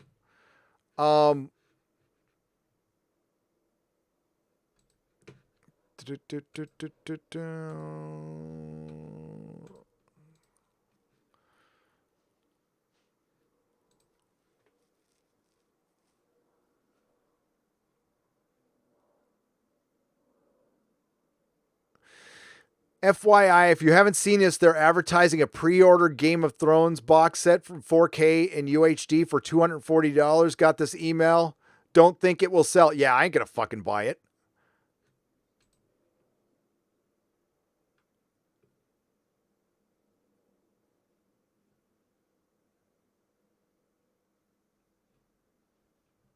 All right, good. Quarter Black Garrett, I just got your message. Okay, so I am checking Private Halo. I'm checking for your message right now. It's got to be easy to find. Message requests.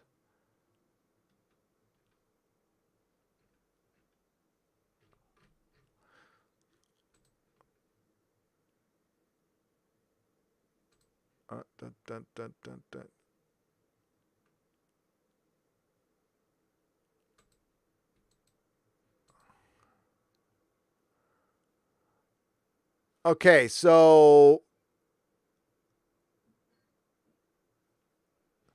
Kimmel's guest host did a monologue against cancel culture, Gary, and Isla. Well, that's good.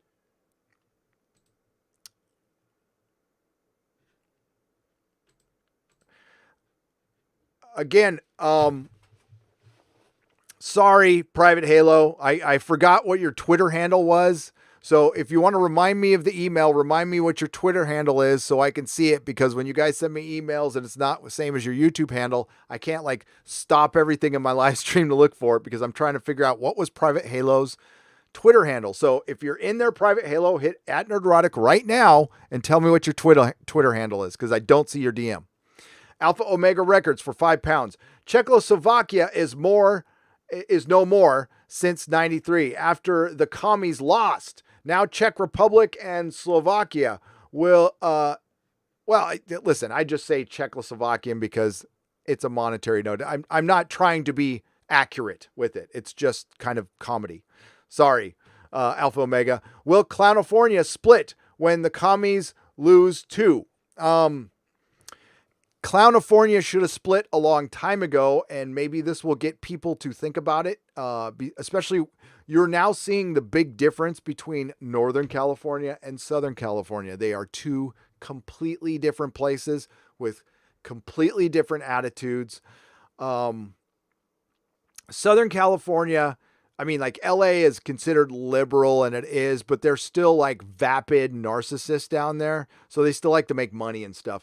Up here, it has gotten so weird since the tech thing has happened. I can't even define it. It's a technocracy. Like Northern California is a true technocracy.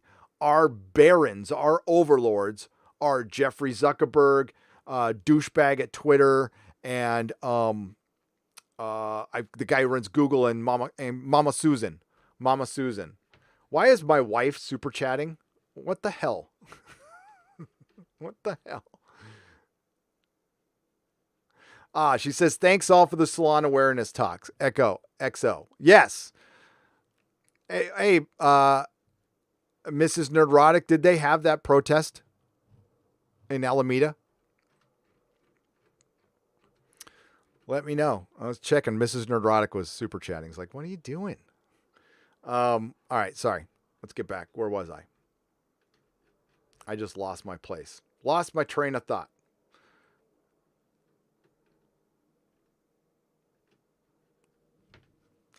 So Alpha Omega, when I say Czechoslovakian peso, I'm just kidding. And California will split. Will they split? Will they split? I am an advocate for that. Yes, absolutely. I think it should split into 2, maybe 3 states. But Southern California, honestly, I wish the whole San Diego Southern region could break off into its own thing, because they are way different than everyone else. Way more laid back, a very common sense town. Yeah, I couldn't believe that there was freaking rioting there. That's when you know it was coordinated. I know for a fact that Antifa coordinated the rioting in San Diego, because nobody in San Diego riots. They don't put their bongs down long enough to get upset about anything. They go, dude, bro, dude.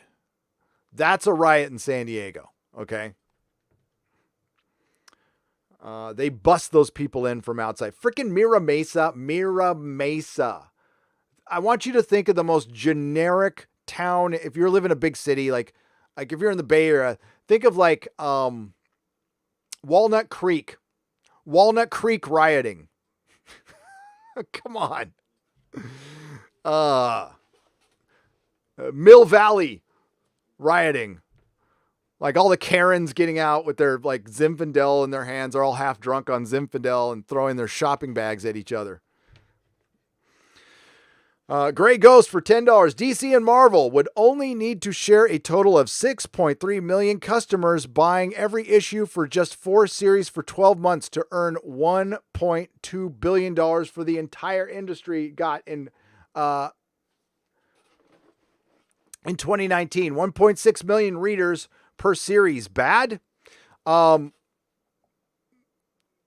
Okay, so DC and Marvel would only need to share a total of 6.3 million customers buying every issue of just 4 series for 12 months to earn the $1.2 billion the entire industry got in 2019. 1.6 million readers per series. Bad? There's not 1.6 million comic book readers. There isn't. There's there's probably 5 million manga readers. Gray Ghost, those numbers are, and I don't entirely know what the gist of your argument is, but there isn't 1.6 million people buying comics collectively. The best-selling comic books, floppies, are in the 100,000s. 100,000s. So if you combined the whole sales chart, it might get to 1.6 million. Maybe. But that's the same buyer buying the same books over and over again. So it's not separate readers. Those aren't individual sales. The reason the publisher, it's like, this is how easy it is to pass fucking bogus information because nobody looks into it. And it's, once it gets past me explaining it for a sentence, people tune out. So they just see 2019 comic books earned $1.21 billion. We're not going to tell you that wasn't comic books. It was actually graphic novels, and was mostly scholastic, and it was mostly manga, and that Marvel and DC, which people are consider comics, were a very, very, very, very small percentage of that. I've already showed you the pie chart of that 1.21 billion in total book sales. Marvel and DC weren't even 10 fucking percent of that. So they are full of shit. They are liars. Those comic books, these comic books right here, this is selling good. These, no. They are comparing it with Captain Underpants and My Hero Academia. My Hero Academia is like printing money. It sells better than any American comic book would, could, or should. Manga is destroying American comic books. And you want to know why? Because they didn't fuck around with identity politics. They don't insult their customers, and they come out with shit consistently. Now, it's because of the art style. You know, it's a simplified art style that really helps you produce more work. And that's cool. That's great. I fully support it. But the American comic book is what I'm into. That's what I consider the comic book, not sequential art or graphic novel. The fucking comic book, the floppy, the funny book is dead. Everybody's saying is dead. By the way, I used to own a comic shop for 10 years, so I might know what I'm talking about a little bit when it comes to the American comic book. As far as book sales and charts and numbers, all right. So does the comic industry look healthy to you right now? Is it fucking healthy? Is anybody going to come out? Heather, your pencil is down right now, Miss Heather Antos. Are you working right now? Are you working on stories? You might want to check out Manga or Scholastic, because that's where you're going to have to work pretty soon.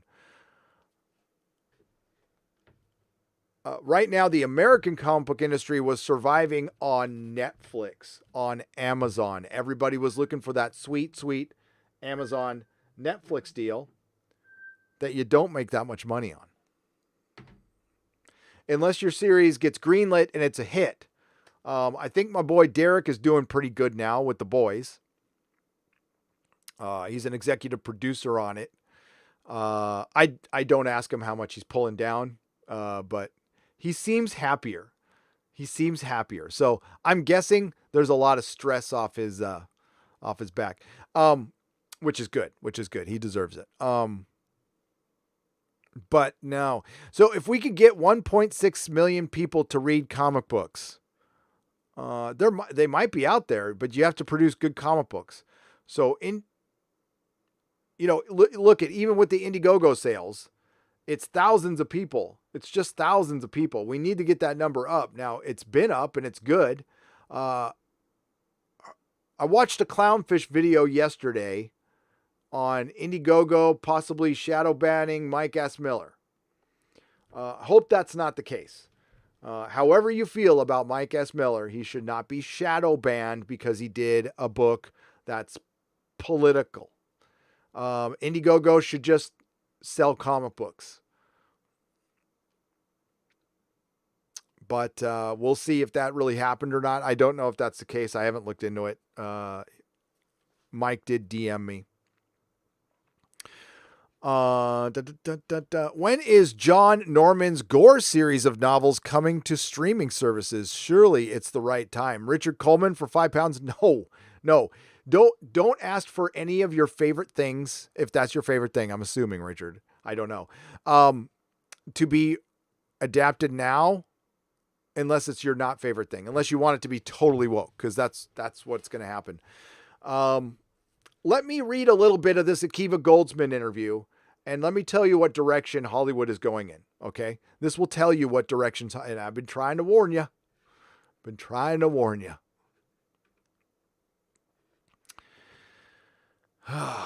You're not going to like this. Fair warning.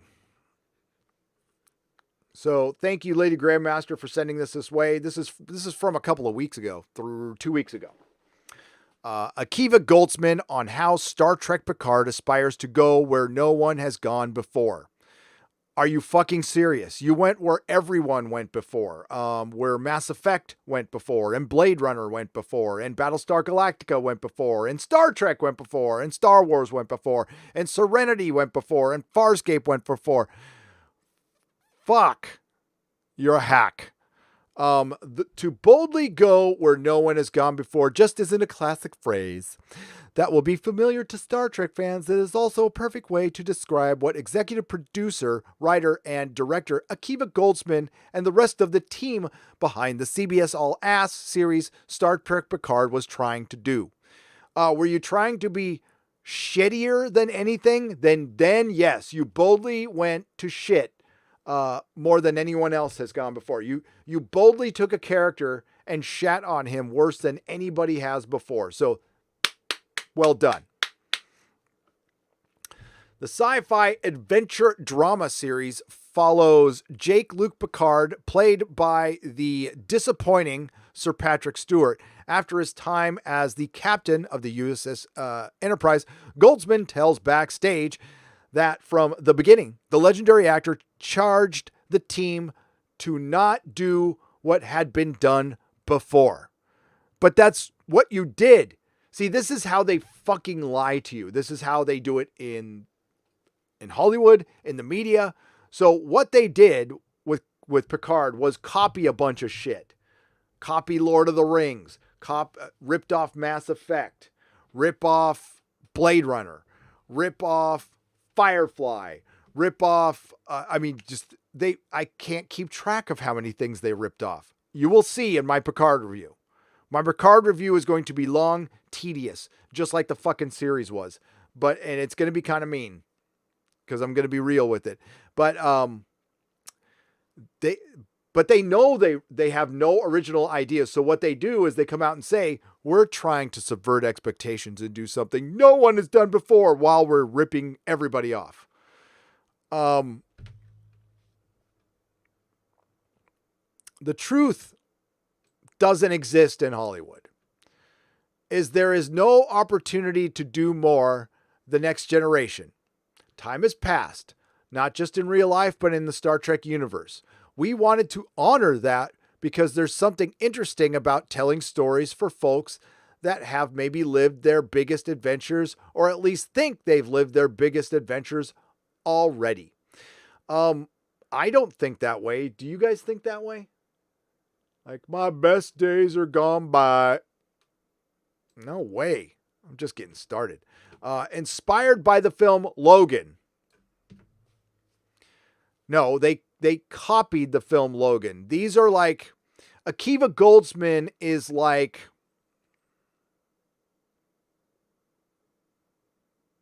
a chimpanzee watching Logan, and that's how much he understood it. He might have seen the things moving on the screen, but he didn't understand the crux of the story.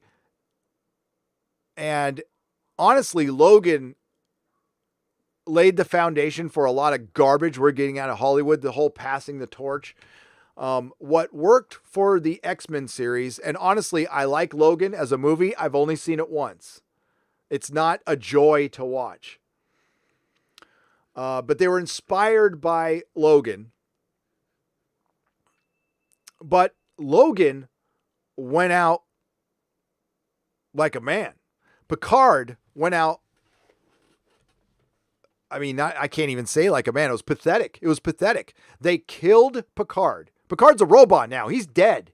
He's dead, folks. Picard is a robot, so he can experience the life of a marginalized robot.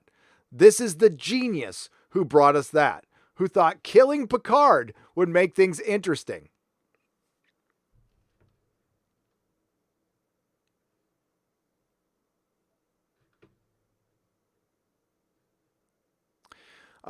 Given this is a rare opportunity to revisit such a beloved character 20 years later, they wanted to go underneath the...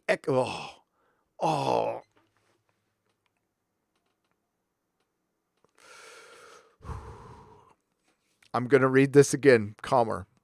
We wanted to honor that because there's something interesting about telling stories for folks that have maybe lived... Oh, I already read that part. Sorry. My bad. Okay. Given this rare opportunity to revisit such a beloved character 20 years later, they wanted to go underneath the expectations about what would have happened to the captain and account for the time passed. Underneath the expectations. They didn't want to subvert them. They wanted to go underneath them. I wanted to sideswipe the expectations. I wanted to tunnel under the expectations. Oh, fucking.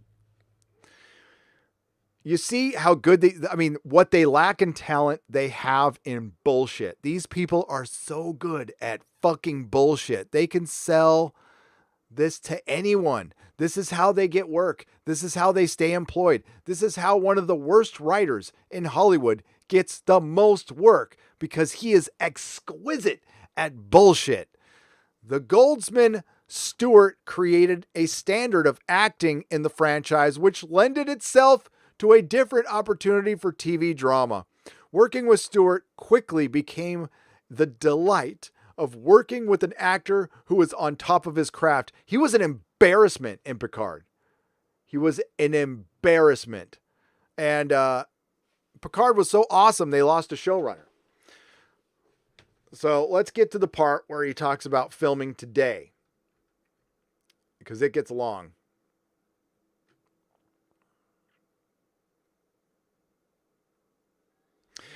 When Goldsman started out in the 90s with no connections before winning an Oscar for the screenplay for A Beautiful Mind crap movie, the way to join the industry was to write your way in.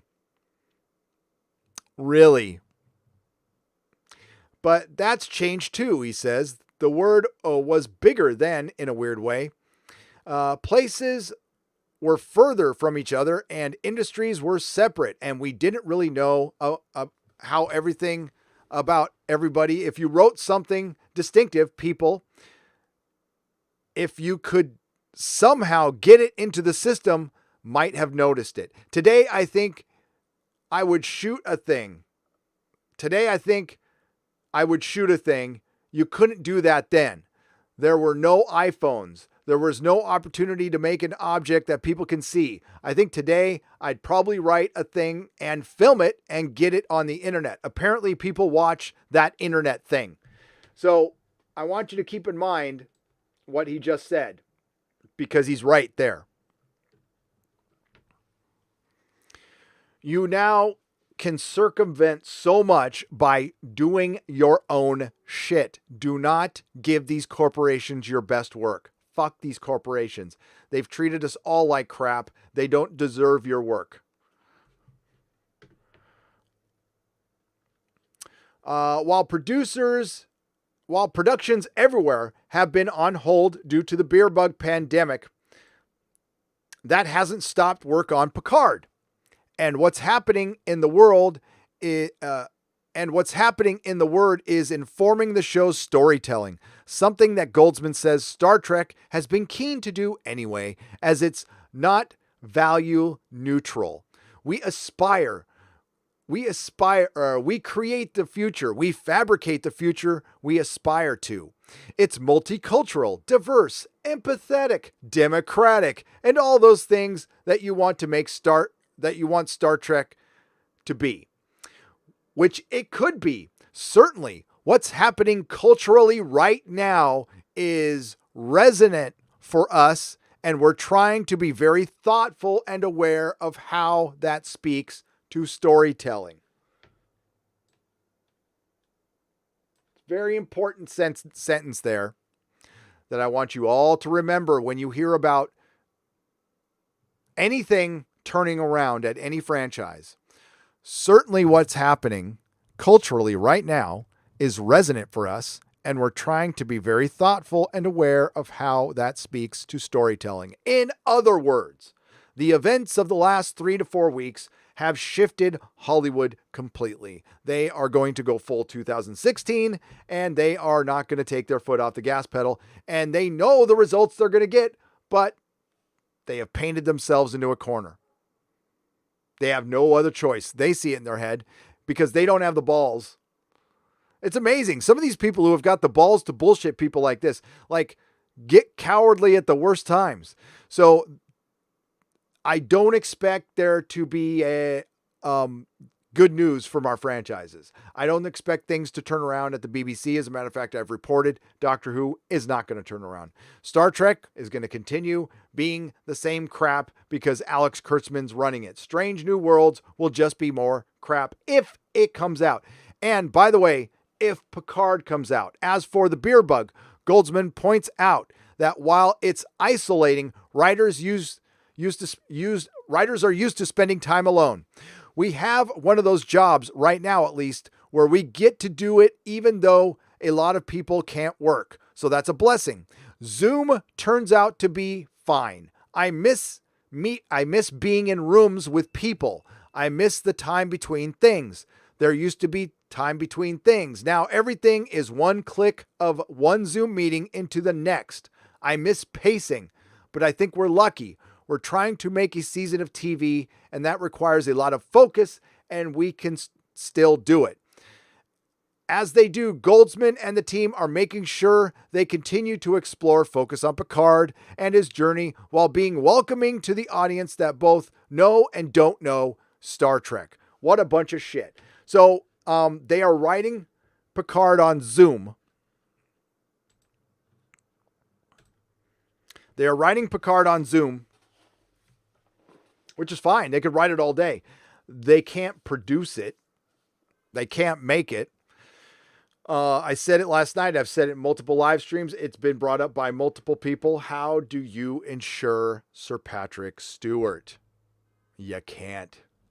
You can't. Not right now. Now, things could change in September. My guess is they're going to have to change the location of where they shoot Picard if they want to shoot Picard. They're going to have to move it to New Zealand.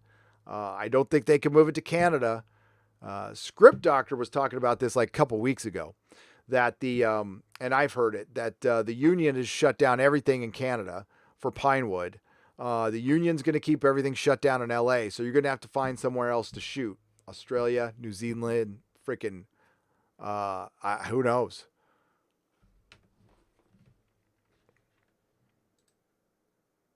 Sorry, I didn't mean to be blocking that. There we go. So who knows? But things are going to go right back to being woke, folks. I wish I could tell you different. So can you imagine Disney, again, erasing the Disney trilogy? Do you know what they would hear? I mean, do you know what kind of criticism they would get? Yeah, sure, they should ignore it. I believe they should ignore the hell out of it. But I don't think they would. Cisco Kid for $20. Hail Gary to the exit of California Fun. Thank you. It is on. It is on. As a matter of fact, I have to do some work on that right after the show. Hey, Gary, I bought Spawn Origins graphic novel and I loved it, but I'm struggling to get my hands on a paperback copy of Volume 2. Any suggestions? Does it exist? Are you sure it exists? Because it might not. That's maybe why you're struggling on it. I would go for the floppies. Spawn floppies are pretty cheap. randomized for £4.99. That's the way I would go. Hail the 10th Doctor for $2. Hail, Gary. Can only dream of Tenet's seasons. Tenet seasons are a beautiful thing that we love, that you can watch whenever you want. I have them on Blu-ray. Orange Man still better than radical communism, says Hail the 10th Doctor for $2. Yep. I would take a lot of things over radical communism. Your rule. I love the podcast and Friday night. I love this podcast and Friday Night Tights. Just remember that you have the gravitas. Keep the guests in line. They love hearing themselves talk. Thanks again for everything. Robert Skiff, thank you very much for the $20. Yeah, listen, I'm inexperienced in that department of of having a guest on. I honestly didn't have a problem with it, but some people did. Some people loved it, but I'll keep it in mind. I'll keep things corralled a little better. Odds of an exozone tomorrow. Kapla, Birds of Prey 5 for $2. A 50-50. There's a 5-hour live stream I got to get through, which I haven't been able to get through, that I promised that we would do. I hope so. I'll try Bird of Prey 5. We'll got to see if my video gets done.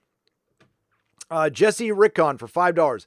It's not a coincidence that if you get woke, you go broke. And if you make a show like Cobra Kai, you get a massive hit, right? Which is on Netflix now. And Cobra Kai season 1 was perfect. So was Ash vs. Evil Dead. Ash vs. Evil Dead 1, in my opinion, was better than season 1 of Cobra Kai, but that's me. Yeah. Gary potties in the TARDIS shaped bottle of Cam, says the Invisible Man for $2. Yes, I just grabbed one of my many TARDISes, and I just poop in them. No, I don't. Steven Seal, thank you for the super sticker for $2. I appreciate it. But thanks, Robert Skiff. I appreciate the $20. Friday Night Tights is a fun show. I listen. That's going to happen. But I like Kurt. Kurt Metzger's awesome. I wanted him to get on. I was chasing him to get on. His Joe Rogan appearance was epic. And by the way, I did a podcast with him on his channel. We did a podcast the next day. So if you go check it out. It was fun. Don't check out One Piece. Well, why not? Don't check out One Piece. It's contrived, has all kinds of filler, goofy slapstick for children, and plenty of cliches, much like all anime and manga. Ghost in the Shell is good though, says Phil Moore. What's up, Phil Moore, for $10? Yeah, I am very particular when it comes to my manga. Now, somebody recommended Berserk. That's the shit. Berserk is the shit. But I like your basic bitch stuff like Akira. So yeah. I was a huge fan of Star Blazers. Star Blazers used to come on at 6 a.m. and it's the first cartoon that had a continuous story that I remember seeing. I think I was 6 or 7. Massive fan of that show. I listen, Speed Racer and Star Blazers were some of my earliest memories for cartoons. So I remember I have a Speed Racer cell. I got to find that somewhere. I don't know where it is, but I have a cell. Amra fell for $5. Thank you, Fillmore, by the way. Remember, it's not the length of a politician's term that matters, but how long they can maintain an election. Also, gotta keep pushing Malazan series. All right. Gavin Newsom is like, I don't know how he survives in an environment where it's so anti-white dude, and he's a white dude named Gavin from who got rich through restaurants here up. I mean, Gossip Mime for $5. Use this money to help buy an audiobook of Kenobi by John Jackson Miller. Great story for the road. Oh, I will do that. I've heard that was good. You know what? Gossip Mime. Hang on. We can do this quick.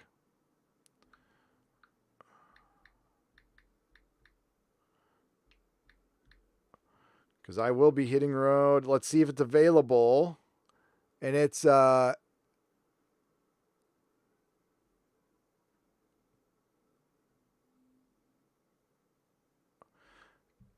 is it this one right here? Kenobi, Star Wars. There it is, right there. Right there.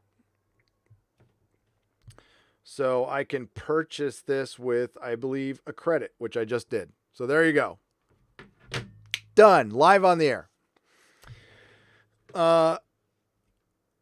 Bweezy Bird for $1.99. Jeff from World Class Bullshitters is giving manga and anime a try now. Well, yeah, you should, because American comic books are crap. I am personally just going into the past. I am reading old comic books I never got around to reading. Old Doom Patrol. I need to reread the Fantastic Four. I've only read it through once.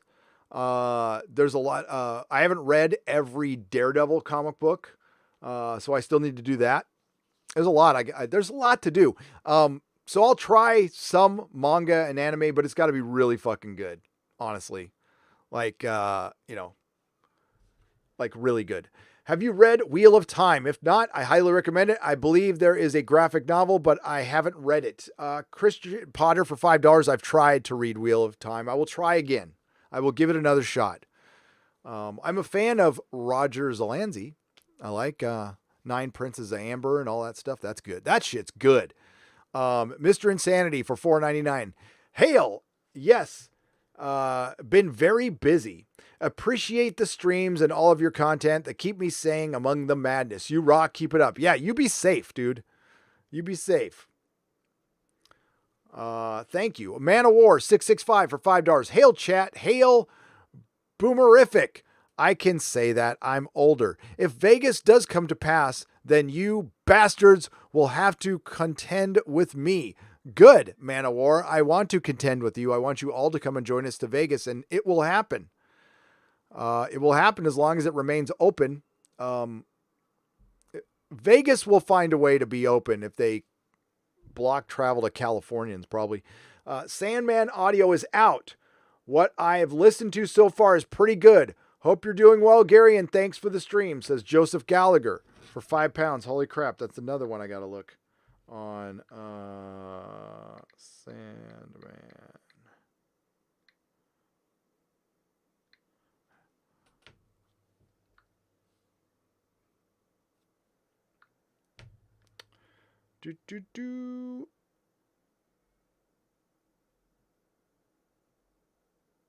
I gotta see. Sorry, hang on.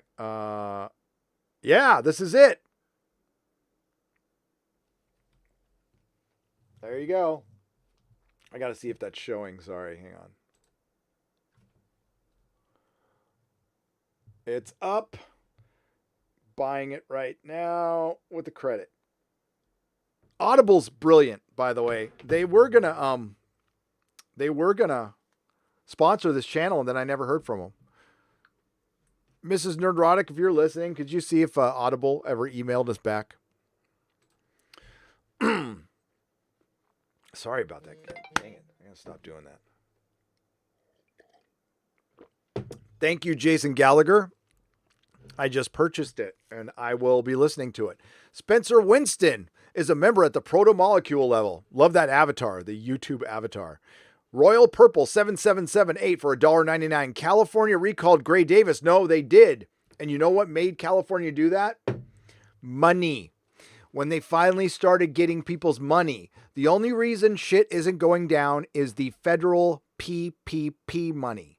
If there wasn't that money right now, there would be more riots. Yes, there would be more riots. So that PPP money, that printing money, is what's keeping everybody calm right now and not worried. They're worried about losing it.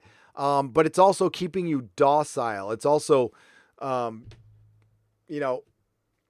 we need to be safe. I'm not saying the beer bug. I've never said the beer bug doesn't exist and it's a threat to people with pre-existing conditions. If you're overweight, not judging you for any of these things at all. If you're elderly, stay home. By all means, stay home. The rest of us, We need to make this shit work, or it's not going to work anymore. We're going to have bigger problems. I want you to think about history. Think about history. So anytime a country has a major collapse of any kind, what gets them out of it? Every single time.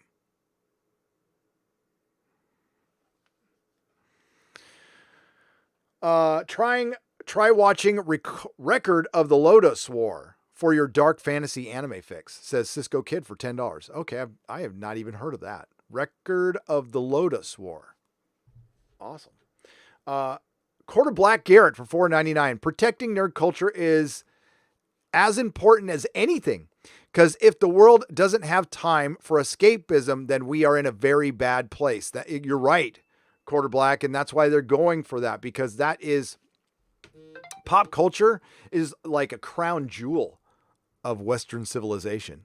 And if they could steal that, tarnish it, destroy it, pulverize it, then that is a huge victory for them. Western civilization is not in decline. It's being challenged. Are we going to fight for it? I mean, I am. And I got shit to lose. I got shit to lose all day long. But I mean, I don't want my kid growing up in some totalitarian wacko world where if he accidentally says the wrong thing, he'll get prosecuted. And my kid, there's some nuance he doesn't get yet because he's a kid, obviously. But yeah, I'm seriously worried. Like, I would not even let him back into a public school right now. Not here, because he is the villain right now. You've quickly become my favorite YouTuber. Always waiting for your streams. Thought you were a dirty hippie at first. What? I hate hippies. Thoughts on Babylon 5, my favorite sci-fi series of all time. Bill Keller for $13.99, 13 Canadian pesos. Yeah, not a fan of hippies. Although my mom was one, and you know, they have their place and everything. Listen, I'm not into the whole hippie culture. Just not. Babylon 5 is a series I haven't watched all of. And when it aired, I wasn't watching a lot of TV when it aired. I need to go back and watch it. But I promised to watch Stargate first. So I'm fulfilling my Blake 7 promise. And then it's Stargate. And then it's Babylon 5. I'm sure I'm going to love it. I like Straczynski. I think he's good. All right.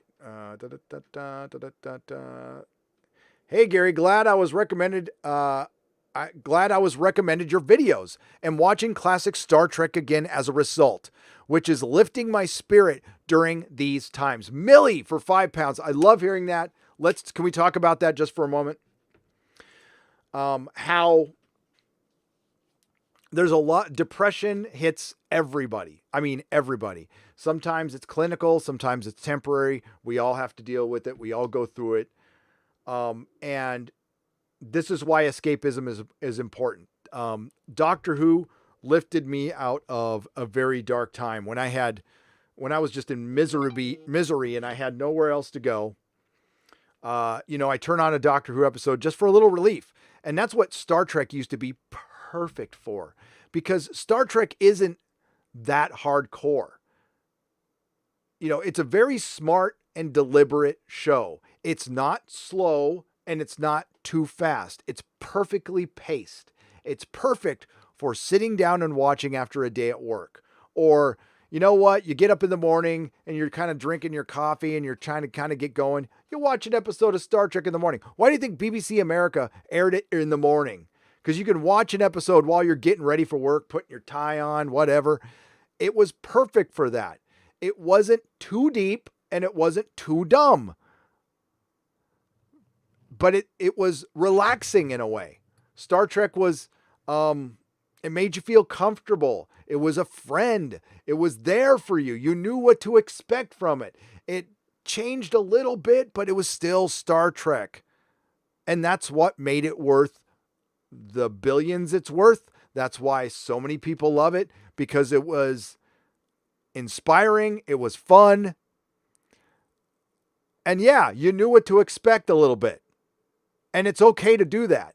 It's okay to know what to expect and still be entertained. You know, Hollywood has gotten hooked on this Jar Jar Abrams mystery box bullshit that we need to flip expectations or undermine expectations or dig tunnels under expectations or fly planes around expectations. No, you need to tell good fucking stories. And Star Trek, for the most part, was good stories. And I wasn't kidding in my video. I don't hate episodes of Star Trek past, up to 2005. Some might bore me, but I don't hate them. Even the last episode of Enterprise, which pissed everybody off, and I understand why it did. I don't hate that episode. At least we get like Riker and Troy at the end in uniform. I know that's like making people cringe, but at least you get that. There's some gratitude in there. Modern Star Trek is mean. It's ugly. The ships look terrible. The acting is bad, and the writing is atrocious. And it also tries really hard to be woke, and it does it in the worst possible way. It's like retarded woke. That's what Star Trek is. It's like, listen, I don't think Akiva Goldsman is woke. I think he's a narcissist who gets a lot of work because he kisses all the right asses and he's really good at bullshitting. I think he's much better at bullshitting than he is at writing. I think if he was good at bullshit or good at writing as he was at bullshitting, we'd get some of the best Star Trek ever. But Star Trek has helped people. I hear that a lot with this. I used to use, talk radio. It makes you feel like you have company when you're feeling lonely or sad or depressed. That's why a lot of people love escapism in pop culture. It gives them relief for a little while. You don't want to escape forever. You don't want to hide your head in the sand. You don't want to not deal with personal problems, but it gives you a little relief, and that's important. And they're taking that away. And Star Trek was the best at it.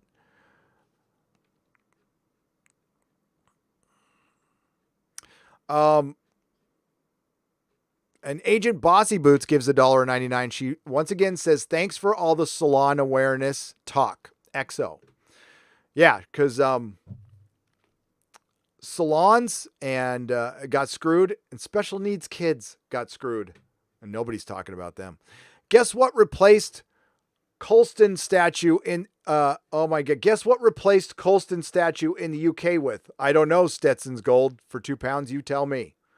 Maybe I don't want to know. Tesseract for 5 Canadian pesos. Disease, epidemic, civil rights movement, Russians. Seems like history is flowing backwards. We are currently around 1949 era. Yeah, a little bit. Coffee Musashi is a member at the Geloja level. Welcome. Hail the 10th Doctor for $2. Please get Critical Drinker back on Friday Night Tights. We are going to do that. So, Lady Gravemaster has a list, and he is on the list. Critical Drinkers welcome back anytime. Anytime. He's welcome on this channel anytime. Savick Spock engaged in Ponfar. Why not Spock Jr.? Terry Slaughter for $2.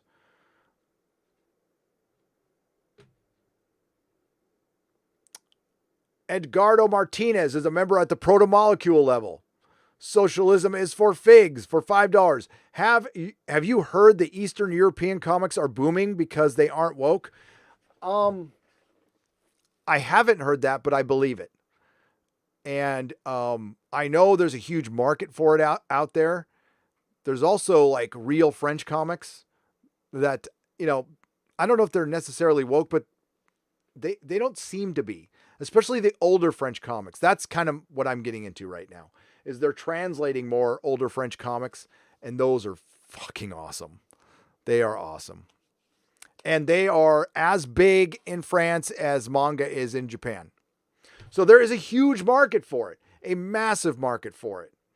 But America's just got their head up their ass right now, and it's a power bottom industry. Tess Fowler, Gail Simone, Kelly Sue DeConnick run the comic industry with their Whisper fucking network, and they're all trying to we got a bit of a shout out from one of the ladies in the group saying, "Goddamn right, we're running it with our Whisper network." Mm-hmm. Yeah, you're fucking up the industry. Hope you're proud. Hope you're proud. So the industry what it will do is it will adapt around you. It will dig under your expectations. It will tunnel under your expectations. Bomb Tom Battle for $5. I would love to see Heather be forced to draw busty anime girls to pay the bills. I would too. I'd pay money for that. I now have no Marvel books on my pull list. And by the way, thank you, Bomb. That is Father Christopher Miller for $2 says he has no Marvel books on his pull list anymore. Yeah, I don't have a pull list. I gave up. That shop in San Rafael, I told them I'd be back after a vacation, and they stopped holding my books because they didn't get the message or my email or something, even though I sent it to their email. And I went there to give them, like $600. And they're like, we didn't hold your books. I'm all, did you get my email? No. I'm all, well, here, I sent it here. So I wasn't mad. I'm like, whatever, it's cool. I was going to stop collecting anyway. And I did. And now I just buy them piecemeal when it looks good, but they're usually older books. So good for you, Father Christopher Miller. Defund Marvel. Defund Marvel. And defund DC now. Richard Coleman for £5. You really cannot make gore woke, and it is not my thing. Just joking. Gotcha. Tesseract for 5 Canadian pesos. The USS Relativity travels back in time and corrects some temporal incursions.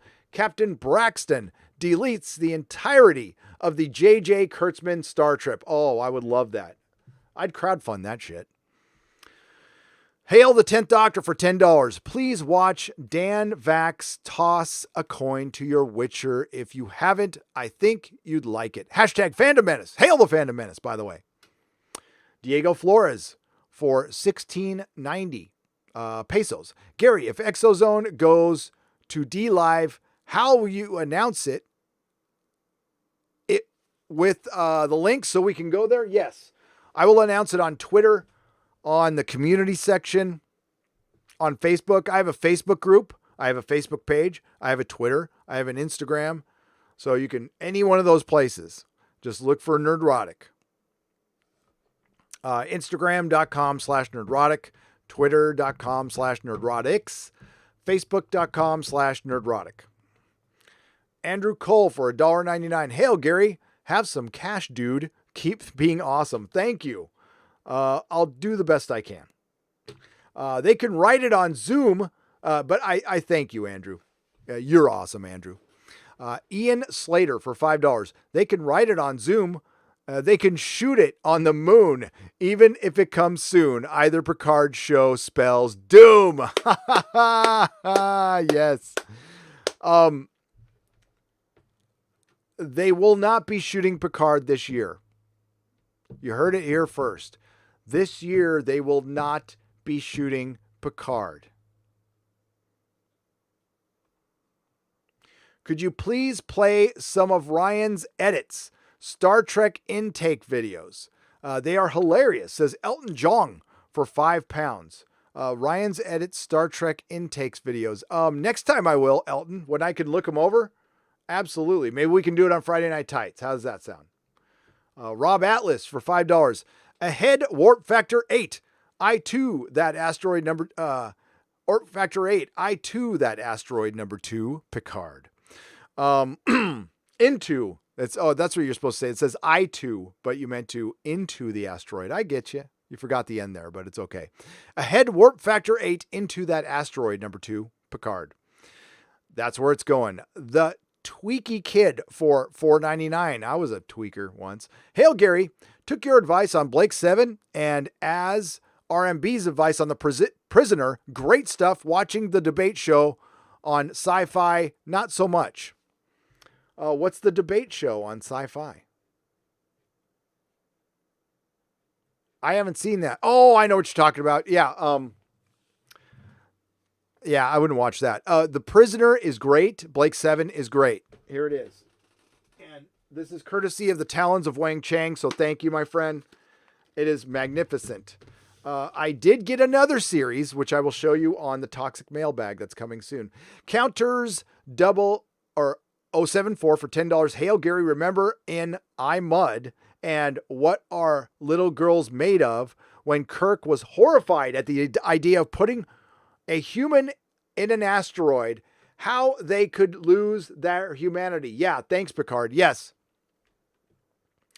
Let's keep in mind at the end of Picard, they wanted to kill every human in the galaxy. Soji wanted to kill every human in the galaxy. And Picard, the whole premise was Picard begging her not to, instead of putting a bullet in her head, because she could still switch over and try to kill every human in the galaxy. They opened a portal to the tentacles that could come out. So one of these robots gets pissed off at humanity, they could start the whole thing over. So they're dumb storytellers who tell dumb stories. At the end of Picard, you should have put a bullet in every one of those robots' heads, a phaser. And that's how the story told it. There was no empathy for them. They could change their mind. It was just like, oh, I changed my mind. I don't want to kill you all. Okay, let's go ahead. Let's hang out now and be friends. Okay, it was that dumb. One Piece is fine if you enjoy shonen. If not, pass, says Master Clockwork for $2. Well, I can't say I enjoy shonen. I sold it, but I didn't read it very much.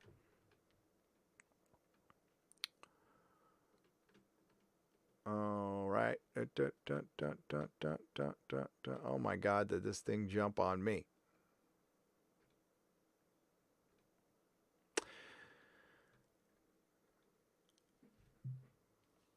John Matrix for $4.99. Senior Gary, you make working far from home for me. You make working from home for me since March just fun. Keep up the good work, sir. Why, thank you, John Matrix. And you make it fun as well. We've all been working from home and, yeah. You know, Mrs. Nerdrotic and I are very happily married. It's confirmed. We have not killed each other. As a matter of fact, we still like each other very much. We live in a very small house, and you don't realize how small your house is until everybody's home all the time with 3 dogs. By the way, the dogs are doing great, but holy shit. So, happy marriage confirmed. Yellow Flash 2 for $2. If Vegas stays open, I'll see you there. You better be there, Yellow Flash. You're one of the peeps. I want to be there. You, Tug, everybody. And we could do live streams in front of like audiences and stuff. It'll be great. I'm working on it. My Leaf for $5. I got to put my $5 in to recommend the Universal Century of Gundam. Sounds silly, but I thought it was more realistic possibly than Star Trek or Star Wars. Oh, I'll check it out. I really like the channel. It's a Gundam. I think he's very good. JPRPH1 for $14.99. Echo Base Network had a Star Wars video that got blocked when they tried to run it during last Saturday night's live stream. Will your StreamYard Streamlab trick help them? Their content is top notch. Yes, it will. It's very easy. It's very easy. Here, I'll try to show you real quick. Hang on.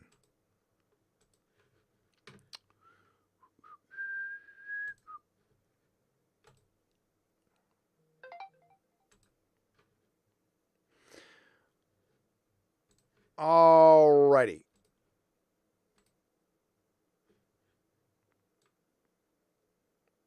There you go. This is StreamYard. So when you're in StreamYard, you just do this. Create broadcast, skip record only, okay? And then create a broadcast. Put your title in there and create a broadcast, and then it creates a broadcast. That's all you do. Then you run that through StreamYard. So you turn your camera off in Streamlabs, and you let your mic and everything run through StreamYard. Have your desktop audio on, and what that I think does, I don't know. I don't know why I got away with it, but it might create a little layer of defense for the bots. Maybe I'm wrong. I don't know. All I know is Let me check. I'll check right now. I'm pretty sure the Inquisition, where Doomcock and I did a full reaction to the trailer, is still up and monetized. On both channels, by the way, because it's unlisted on one channel, and then I re-uploaded it. So let me take a look.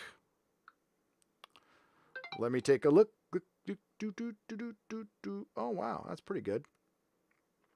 A lot of people watch my Star Trek video. That's awesome. Thanks, guys. Frickin'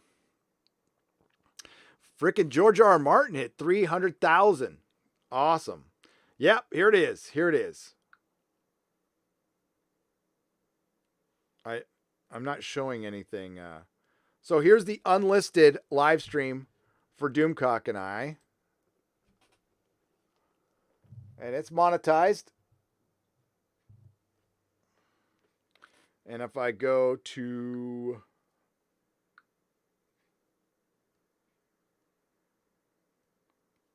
stop it.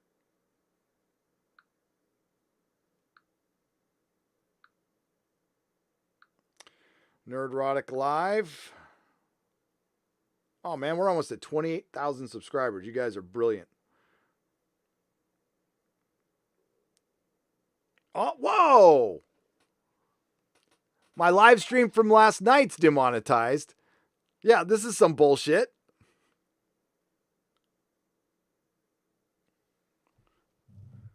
So my live stream for yesterday is demonetized. But this one, so Star Trek Lower Decks reaction, yeah. So anybody who wants to learn a trick, I don't know if I'll teach it to you. It's fine. No problem. Thanks for sitting through boring inside baseball fucking YouTube shit.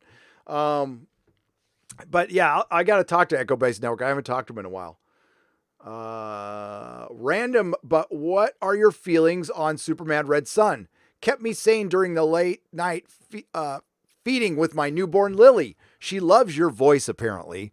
Calls you Gowie Guy. Oh, really? Oh, that's fucking cute. That's awesome.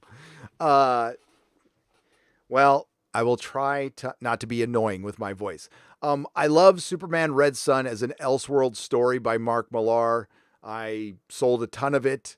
I think it will be used now for the pro-Marxist bullshit that's out there. And that disappoints me because that's not really what the story's about. It's just an alternate Superman story that's now going to be used as like a Bible for the new direction of comics or some shit by the freaking commies who work in the comic book industry. So that's how you can ruin things that you like. Like, listen, Star Trek 2009 by Jar Jar Abrams is his best directed movie. It's the only movie by him that I truly enjoy, that I've watched multiple times. I like the soundtrack. It's a dumb premise. I don't count it as Star Trek, but I really like the cast. I'm a huge Carl Urban fan. I think he's one of the best actors out there. And I love McCoy. So, but that movie created the shit Trek that we're in now. So now I hate it. Logan, a movie that I loved when it came out. It created a lot of the fucking intersectional bullshit that we're seeing now. So now I don't like it very much.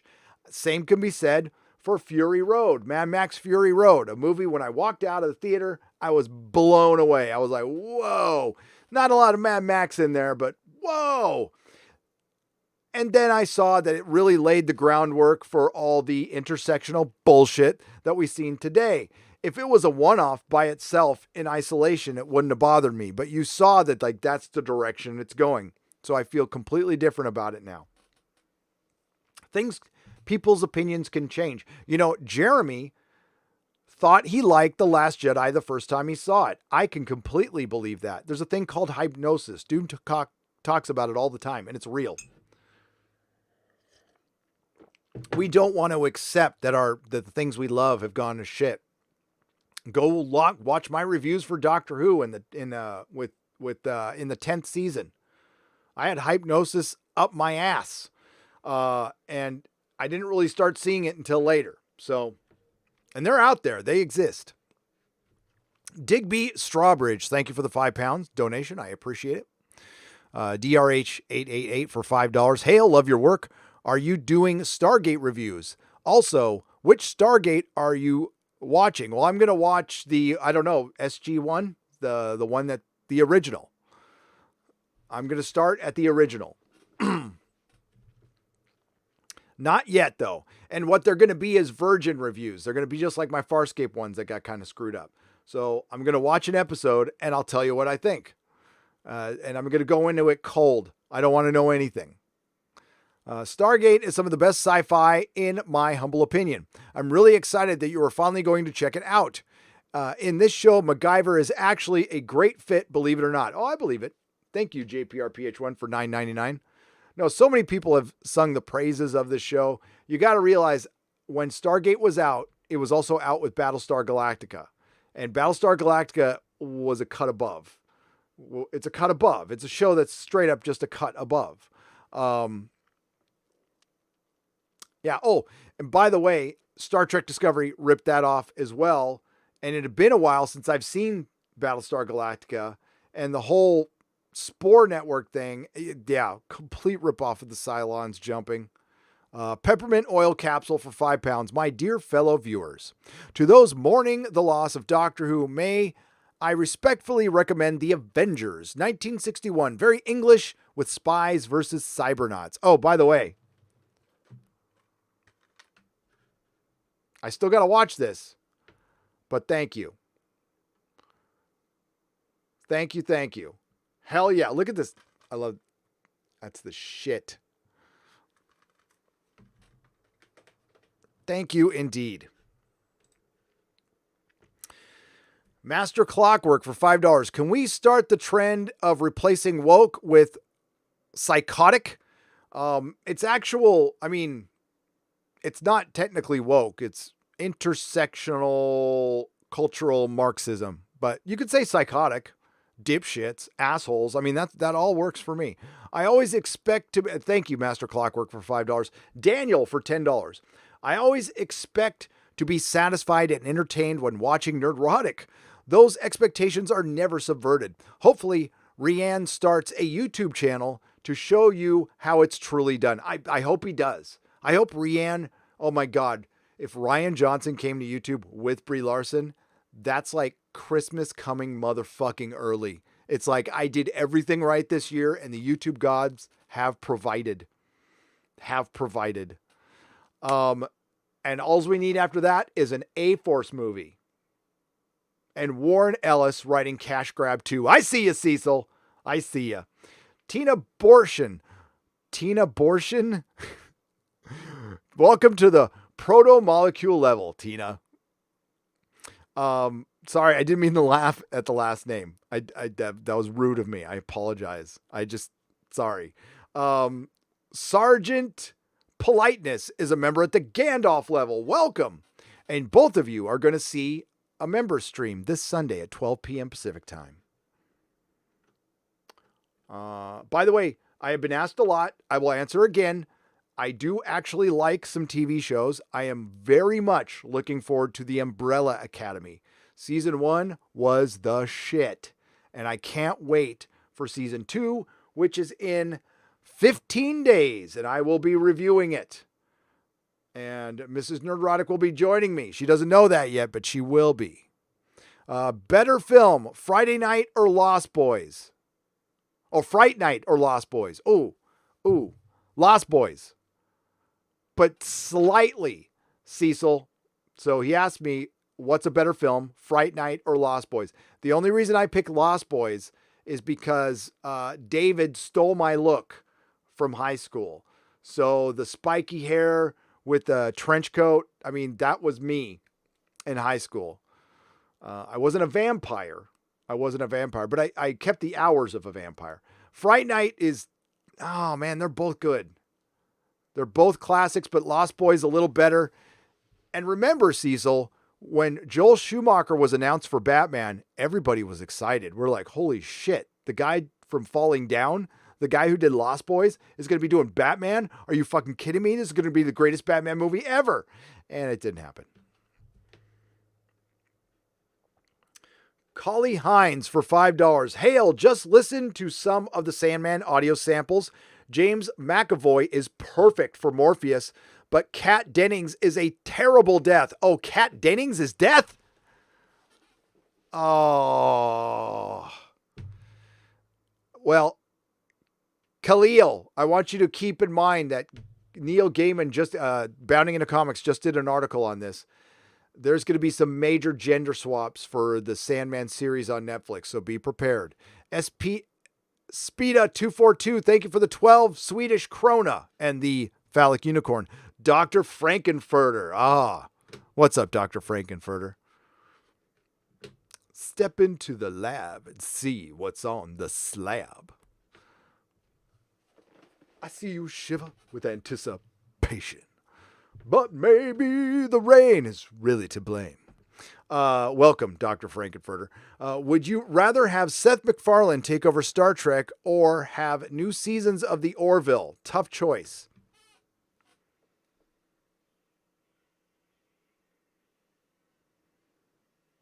Okay, I can't tell you why I'm going to answer the question the way I am, but maybe you can figure it out. I'd rather have him take over Star Trek.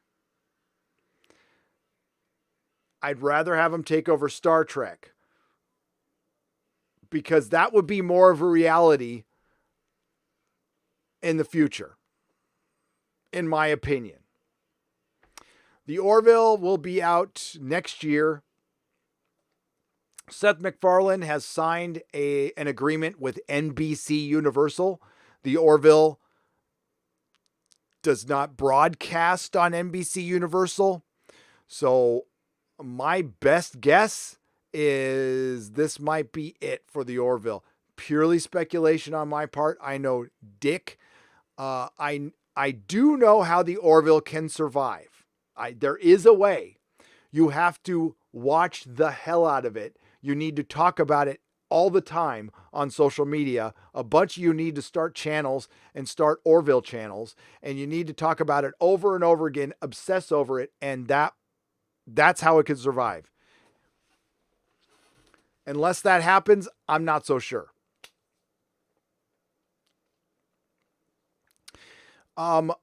Could Seth MacFarlane take over Star Trek if NBC bought it from CBS? Sure. I think CBS will be sold, but I think it'll be to one of the big tech companies. I think Amazon will buy it. Amazon or Netflix will buy it. I'm not running for fitness or health. I'm running because they're taking the hobbits to Isengard. They're taking the hobbits to Isengard. Shine on. Yes. Norwegian Kryptonian for 55 Norwegian krona. I run for sanity. I don't run and walk for, I do like really long walks, occasional run. I'm 50. I can't run all the way now. I used to be able to do 10 miles like in my sleep. Now it's like 5. I can do 5. And I was smoking at the time too. I'd fucking run 10 miles and have a cigarette. Viacom CBS says majority of employees will not be returning to U.S. offices this year. See Variety. Bye-bye, Kurtzman and Goldsman. Corey B. I'll check that out.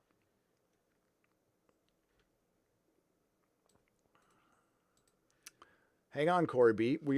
I believe you. Oh no! This just came out. Bum, bum, bum, bum, bum. That's my Price is Right failure music.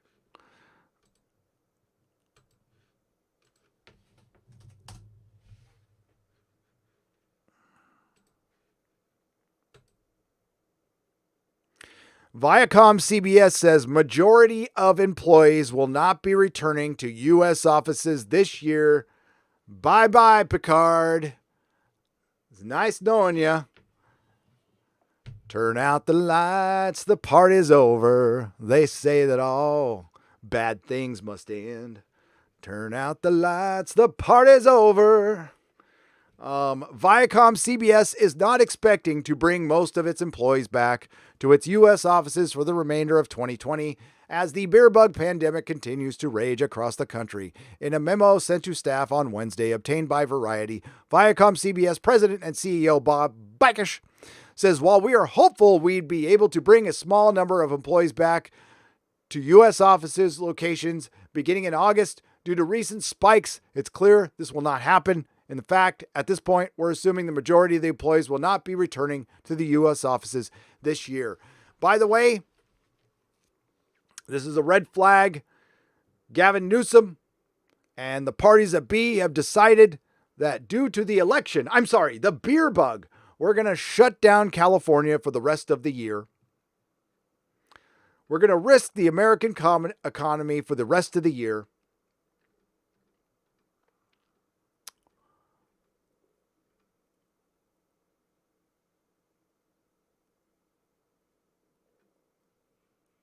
Our productions task force has also been working to ensure we have personnel protective equipment and cleaning and disinfecting services, validating safe travel and hotel services, secure testing and health screening services, hiring and vetting beer bug compliance consultants and vendors to support our production safety and environmental health and production teams. Read the full memo. Like the rest of the country, the entertainment industry has been grappling with how to maintain efficient workflow while gathering employees in large groups and remains impossible. In regards to production, an industry task force released a 36-page report in June on how productions could safely resume with enhanced health and safety protocols. More to come, team. By the way, if Hollywood fucking production starts and we can't open salons, I have some fucking serious questions. Some serious questions for our politicians, and I think we all should. So if you see schools remain closed and Hollywood and salons and gyms remain closed, but Hollywood can start filming pretend shit, I'm going to want to fucking know about it. So anybody hears that, anybody working at Viacom, CBS, Lucasfilm, any of y'all, email me. If production starts while they have coffee shops closed, gyms closed, fucking hair salons closed, schools closed, I want to know about it. I want to know how pretend is more important than all that other shit.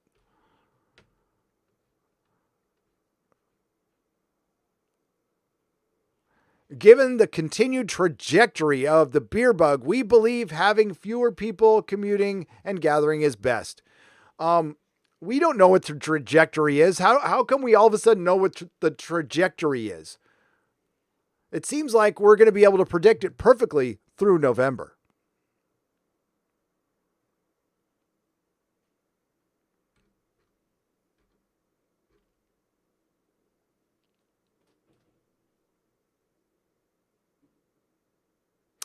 In addition to the few productions that have returned domestically and internationally, all of our businesses have been working hard to develop highly detailed and thoughtful plans for each of their unique shows, events, features, and series to get them back into production under the new safety protocols.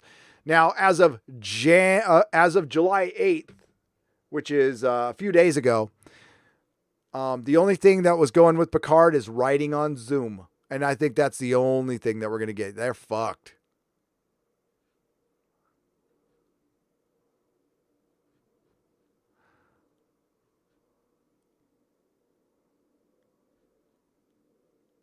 Yep. Bye-bye, Picard. Bye-bye, Picard.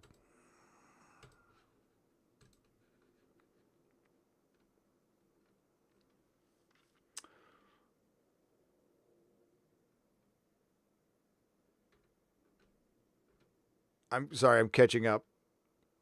Eric O'Sullivan, welcome to the Gandalf level. Thunderer's Wrath for $4.99. Here's a trip for you for, what time is it, by the way? Here's a tip for the greatest comic shop owner I ever had the honor of buying comics from. Oh, great friend as well. What? Dude. Don't get me all mushy here. I was pretty good, but no, I'm just kidding. I'm just kidding. I really sucked at a lot of things, and I was decent at others. So thank you. And I had the best fucking customers in the world. It was like slowly ripping my heart out of my chest with a spoon. When I sold my shop on the last day, it was honestly worse than my divorce. It was worse than my divorce. It was fucking awful. Not as bad as my dad dying, but worse than my divorce. More of an Exozone question, and thank you, Thunder's Wrath. More of an Exozone question. Do you think Bob Lazar got a sample of Element 115? Eric Stoller for $5? Absolutely, yes. And I think that's part of the reason he's been so underground. Ram Bam 3000 for £5. Always a pleasure to encounter a pop culture enthusiast who understands the communist infestation destroying our society. It is destroying it from within. It has been there for a long, long time. And the thing is, it's able to grow during prospering times. That's the thing. Because it finds the people who aren't prospering. There's always people who aren't prospering. It finds the upset, the insecure, and it preys off them, and it promises them a world of fairness that it can never, ever, ever, ever follow up on and deliver. Don't recommend One Piece. Way too long and will take forever to see it all. Recommend original Saint Seiya on Netflix. Says Butterbiscuit 92 for $5. Yeah, I mean, I'm not going to embark on anything long unless like The Witcher, I got into the books pretty quick. So I'll embark on that, but there's not tons of that. Bird of Prey 5, Kapla for $5. Gary, if you're going to watch SG-1, you should watch the Stargate movie first, which I've seen. May I suggest 2 p.m. Eastern time on Saturday on my channel for Cinema Saturday? I would love to join you, but I have a live stream scheduled, Bird of Prey 5, maybe next time. Thank you, my friend. But I have the Doctor Who Council set up for Saturday.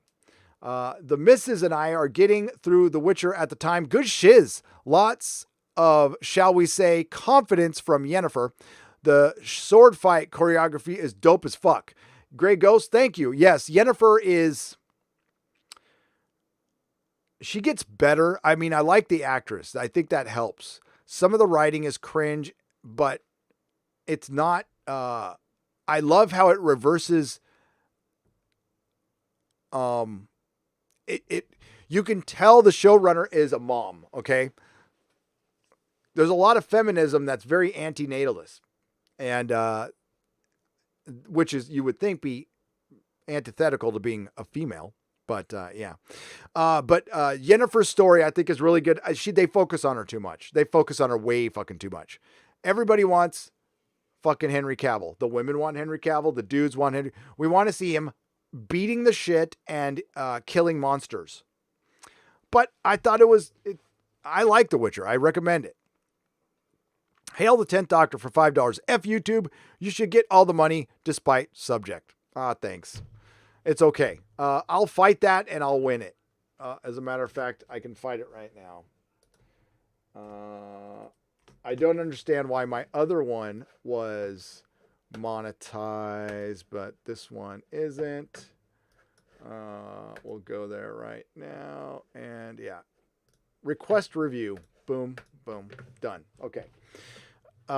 Edgardo Martinez for 10,000 Chilean pesos. Die Hard with the Vengeance is at risk. Zeus is called an ist by a light man of law. Oh my God, the workaround to write this. Keep the good work. I know. I mean, listen, I think from now on in live streams, especially if it's past the first 10 minutes, we can say racist. I don't think they're paying attention. Istophobe is a term I came up with to get around it with. I know people used but istophobe was something I came up with years ago. So to get around this shit, just because I'm paranoid, you could probably say it, but it's best not to. And I know that frustrates people and I understand, but we need to be here to change anything. If we're not here, we're not going to change shit. And I'm not here to change the world. I'm just here to try to counteract some of the insanity. And I'm not saying I am the arbiter of sanity. Far from it. Far from it. But you guys are. Collectively, you guys are. Okay, we got to get through this. Cash Kester for $5. I used to run a half a marathon, then light up a smoke. Unfortunately, I only kept one habit. Gonna start running again. Quitting smoking's a bitch, man. Oh, it's hard. Alfred McKay, thank you. Oh, thanks for the popcorn for $1.49. I am hungry. I'm getting hungry. Battle Him 63 for $2. Peacock has entire Alfred Hitchcock presents. It's free. That's brilliant. Snell World for $10. Did you see they are doing a comic run of the Teenage Mutant Ninja Turtles where all turtles are dead except one? Well, I mean, if it's like an Elseworlds thing, maybe. Star Wars Master and Apprentice is a great book. Tell Mrs. Nerdrotic thanks for all the help with the order. Snell World, I will tell her that. She's probably watching right now. Yeah, I mean, Teenage Mutant Ninja Turtles. I have a bunch of the comics, and I read them back in the day. And I like the cartoon. I did. It's just not something I revisit. It's just not. The one cartoon I want to kind of watch again is the Ghostbusters, the real Ghostbusters. With most AAA games being plagued with microtransactions, loot boxes, false advertising, and going woke nowadays, indie and Japanese developed games who don't bend the knee are the way to go nowadays. Yep. Christina Nardone for $10. You're going to have to go indie. Right now, your best choices for comics are indie, and it might be the same way for games. Honestly, I like when you're looking at Indiegogo and you're look for the comics, it reminds me of going to Lose Records and going to my one like import punk rock section where I'm looking for some British punk rock, and there's like 9 bands to choose from and I haven't heard of half of them, and I'm looking for my Subhumans or something like that, you know, or my GBH. That's what indie comic books is right now. When you see a girl, sorry ladies, with like big old boobs on the cover, you know it's an indie book. When you see a man with muscles and it's not drawn in this Cal Arts, you know, freaking Go Animate style. I don't mean to disrespect Go Animate, by the way. My son, years ago, you know, my son's got Asperger's. He figured out Go Animate like that. Like he was making full cartoons, and I was paying, I think $75 a month to have him on it just because it was the one thing like that clicked with him. You know, he got it. He figured it out. He was a genius with that shit. And he put together a bunch of cartoons. Then they got rid of it. I was so pissed. I was bummed too. I wasn't pissed. I was bummed. I mean, I understand them going out of business because they had no money, but it was cool for a while. Gary, did you catch the Max Headroom TV series on ABC back in 87, 88? Way ahead of its time. I did. Destiny Captain for $4.99. I did. I thought it was weird at the time, but I love Max Headroom. Inquisitor B13 for $5. Hard times create strong men create good times. Good times create weak men, and weak men create hard times.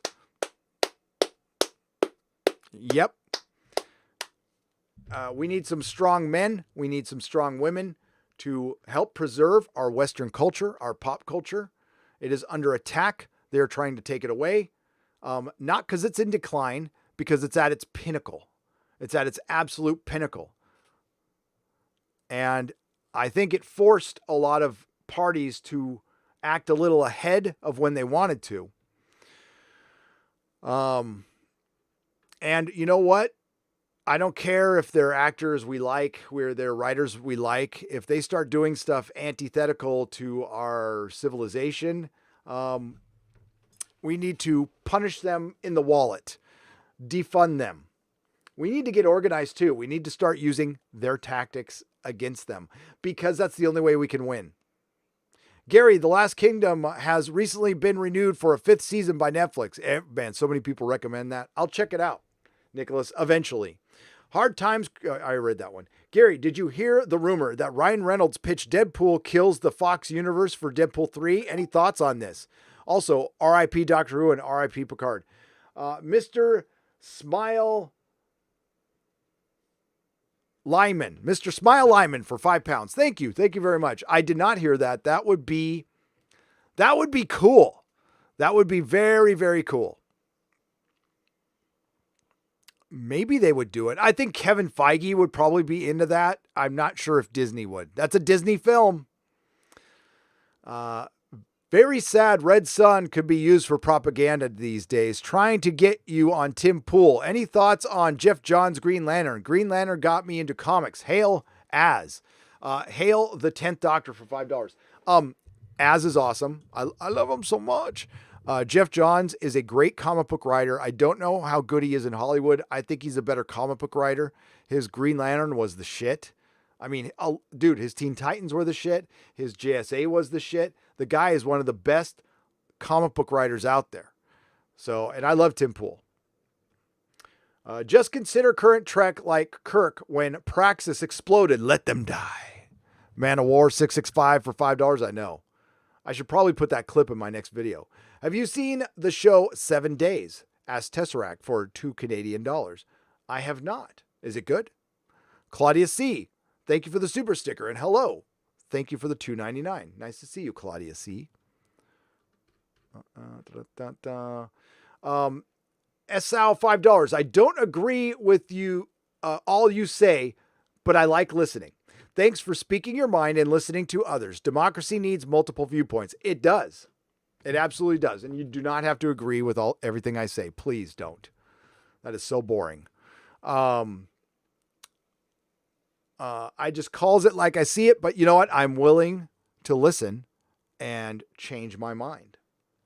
Ram Bam 3000. Thank you for the phallic unicorn for $1.49. Lou G for $5. When the economy gets worse, do you think that Hollywood will turn the tables and make movies for hardcore fans again? Because great economy equals pandering. They have to make evergreen stuff. They have to make gold standard stuff. They have to make stuff that's going to be a sure thing. They have to make a Henry Cavill Superman movie. They have to make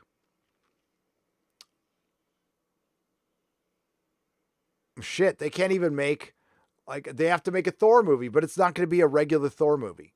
I'm hearing horrible things about this Thor movie, by the way, like bad things. Yeah, they need. I don't know if they can produce it anymore. I just don't. Like they need a Darth Vader Star Wars movie. Like they need to adapt the Darth Vader comic book from Marvel and produce that. I mean, they need to erase the Disney trilogy. That's what they need to do. They won't do it though. They won't do it. Did you catch up with the old guard on? I mean, listen. What would be your dream scenario for Doctor Who right now? What would get you back into Doctor Who? You could do anything. Person has to be alive. But I think a lot of people would say, bring back the 10th Doctor. I would say, I would want to bring Paul McGann back and do like a proper 2 seasons with Paul McGann. I think they could still do that. I don't know what's stopping him from doing that, but they could do it. But I think a sure thing would be doing a Doctor Who miniseries with the 10th Doctor. That would make all the money. It would be as popular as hell. But yet, would it bring back all the Doctor Who fans? I think they'd watch it. I think everybody would watch it, but I don't think it would bring everybody back to support Doctor Who because it would just be a little oasis. But it would work. It would bring everybody back. If you brought Russell T Davies, if he and Stephen Moffat wrote a David Tennant special, I would bring fucking everybody back. Get the band back together again. It would work once, maybe. Tell you what, it'll work better than a fucking 13th season with Jodie. Her last season, by the way. Oh, and again, I heard a YouTuber. I don't punch down. I do not punch down. I heard another YouTuber made a 45-minute video on me. Good. I hope he got it out of his system. I hope he cleaned his room. When the economy, I already read that. Did you catch up with the old guard on Netflix? Charlize Theron's fight scenes are worth the price of admission, says AKA Blonde for $5. I watched the first episode and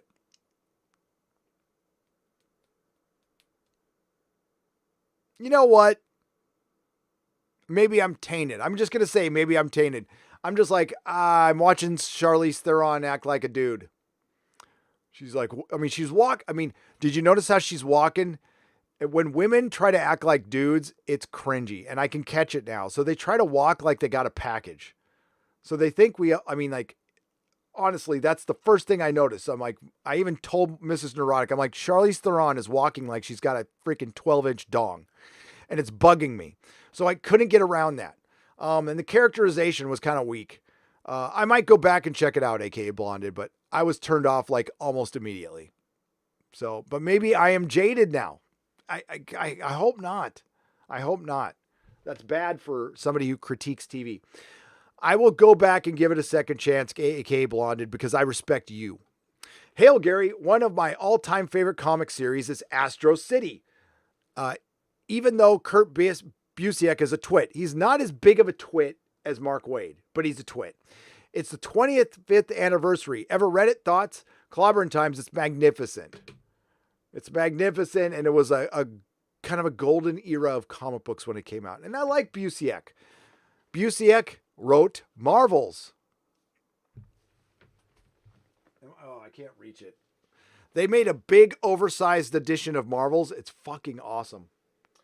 It's over there, but I can't reach it without knocking over my guitar.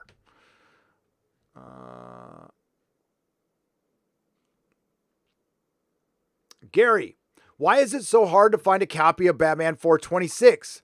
Have you thought about opening an online comic store? Snell World for $5. We are going to opening up a online comic store. That is happening. It'll happen early next year. I don't know. I'll check for you right now. I don't know why. Why is it difficult to find Batman 426? Is it Death in the Family or some shit like that? It must be Death in the Family. Right? So it's the Death of Robin? That would be my best guess. Oh, I got a notification. I know this is really exciting, YouTube. So hang on.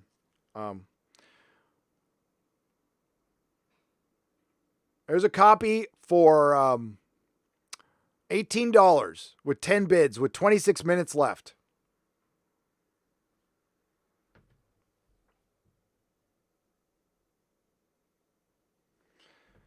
I think I have an extra copy. I mean, email me. I'll sell it to you for cheap. For cheap. Ooh, I want to get that up. Shit, I can't do this now. That's very bad. eBaying on live stream, bad. Daniel says, rest in peace, Grant Imahara.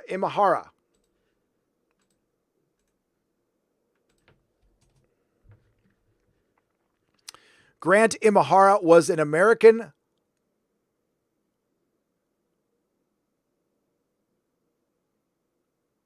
from Mythbusters. Holy crap. What happened?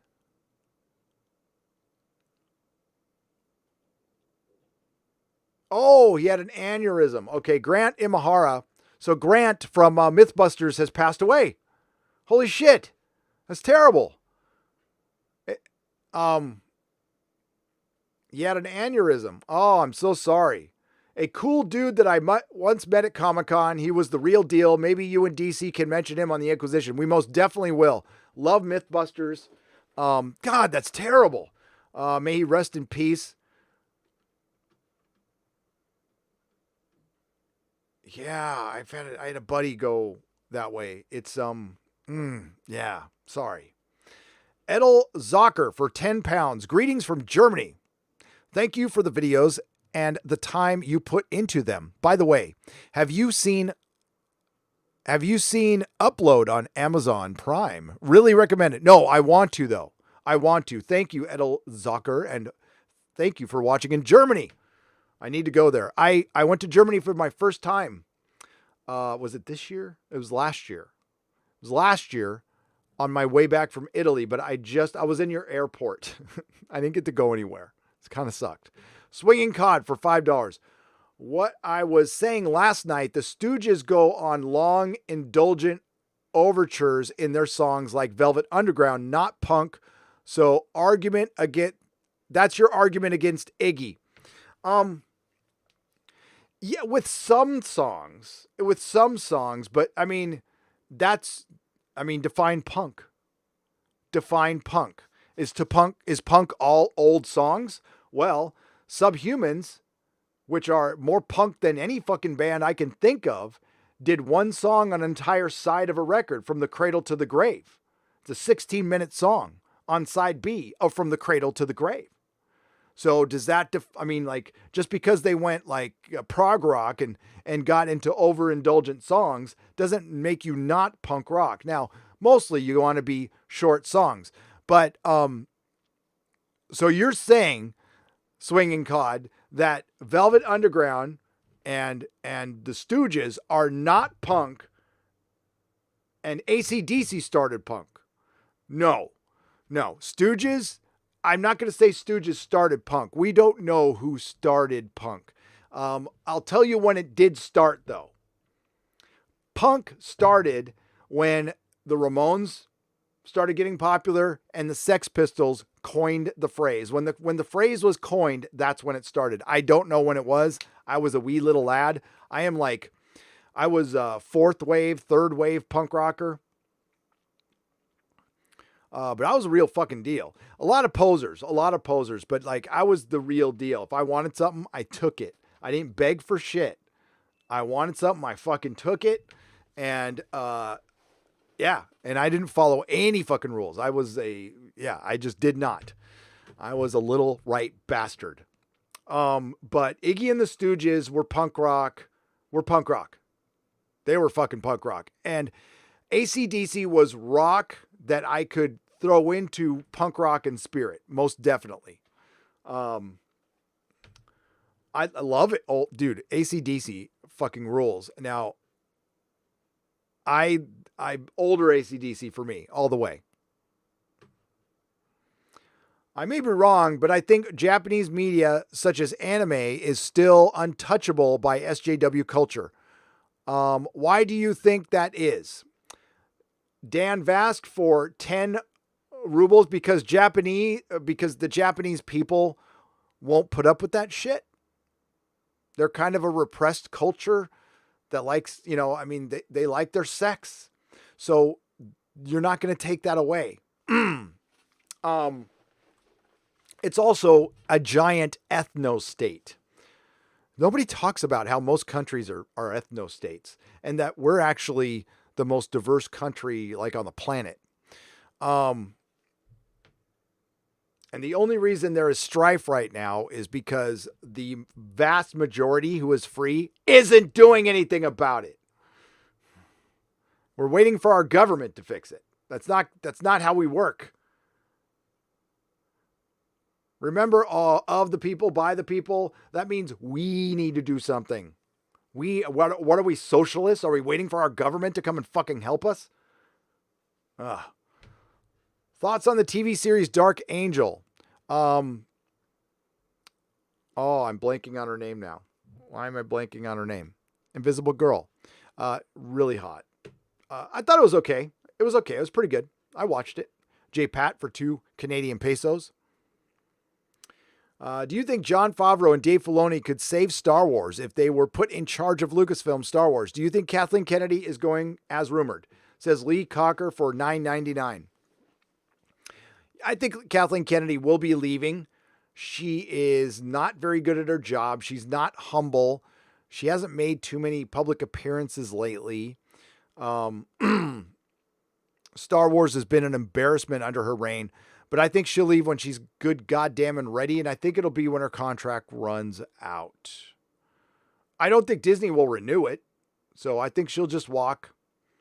According to Tom at Midnight's Edge, that is early 2021. And then I think there's a possibility Jon Favreau, Dave Filoni, or Kevin Feige takes over Lucasfilm.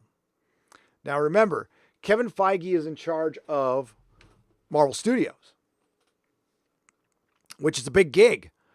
But I think Star Wars might be a challenge for him. And I don't know what more he can do in the MCU.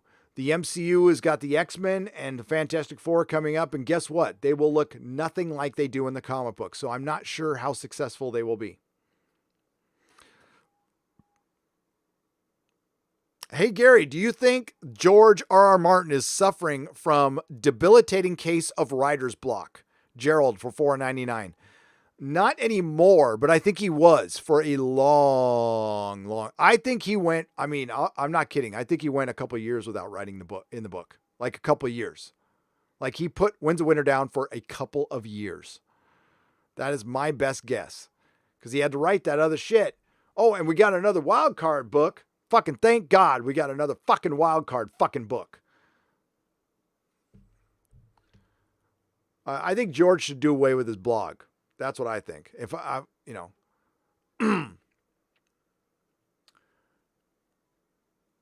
Java Bean, I will keep it in mind. Free Saturday if you need Doctor Who contributors. Java Bean, do you have a channel? Do you have a channel? Do you have live stream experience? Not sure if this will go through, but I just wanted to say I love what you do here and how you speak the actual truth to power, unlike the Access Media. From the soil, 50 Norwegian krona. Thank you very much. Sorry, I keep doing that. God, I'm gonna mute my mic for a moment.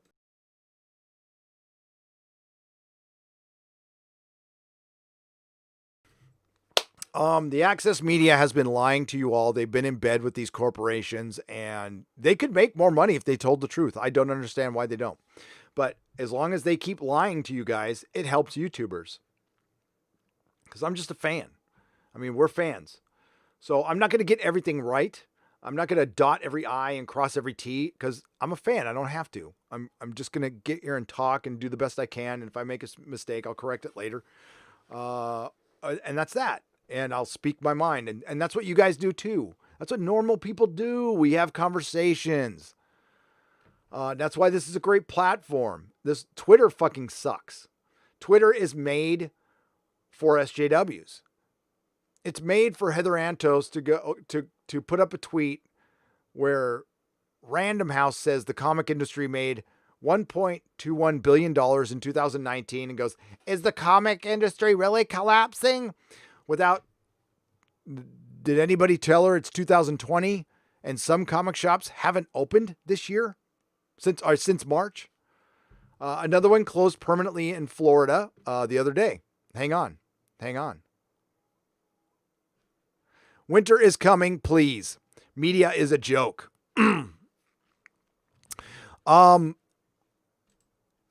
I believe we will get the Winds of Winter in 2023. 2023. Scott, if I'm wrong, I'm wrong, and I'll be happy to be wrong, but I think we get it in 2023. Hey, Gary, just a quick thank you for keeping us company in these crazy times. You are welcome. Best time is now. Thank you for keeping me company for $9.99. Swinging Cod for $5. I would say both were Hang on, I got to see how much. Okay, so I got to wrap things up. So we'll read the last few. I would say both were an influence of Velvet Underground and Iggy for the aesthetic and attribute. AC/DC for the deconstruction of rock to its bare bones and attitude. Oh, absolutely. AC/DC has a very unique sound that nobody will equal. Although, you know what? There was a couple of like lesbian cover bands here in San Francisco. AC/DC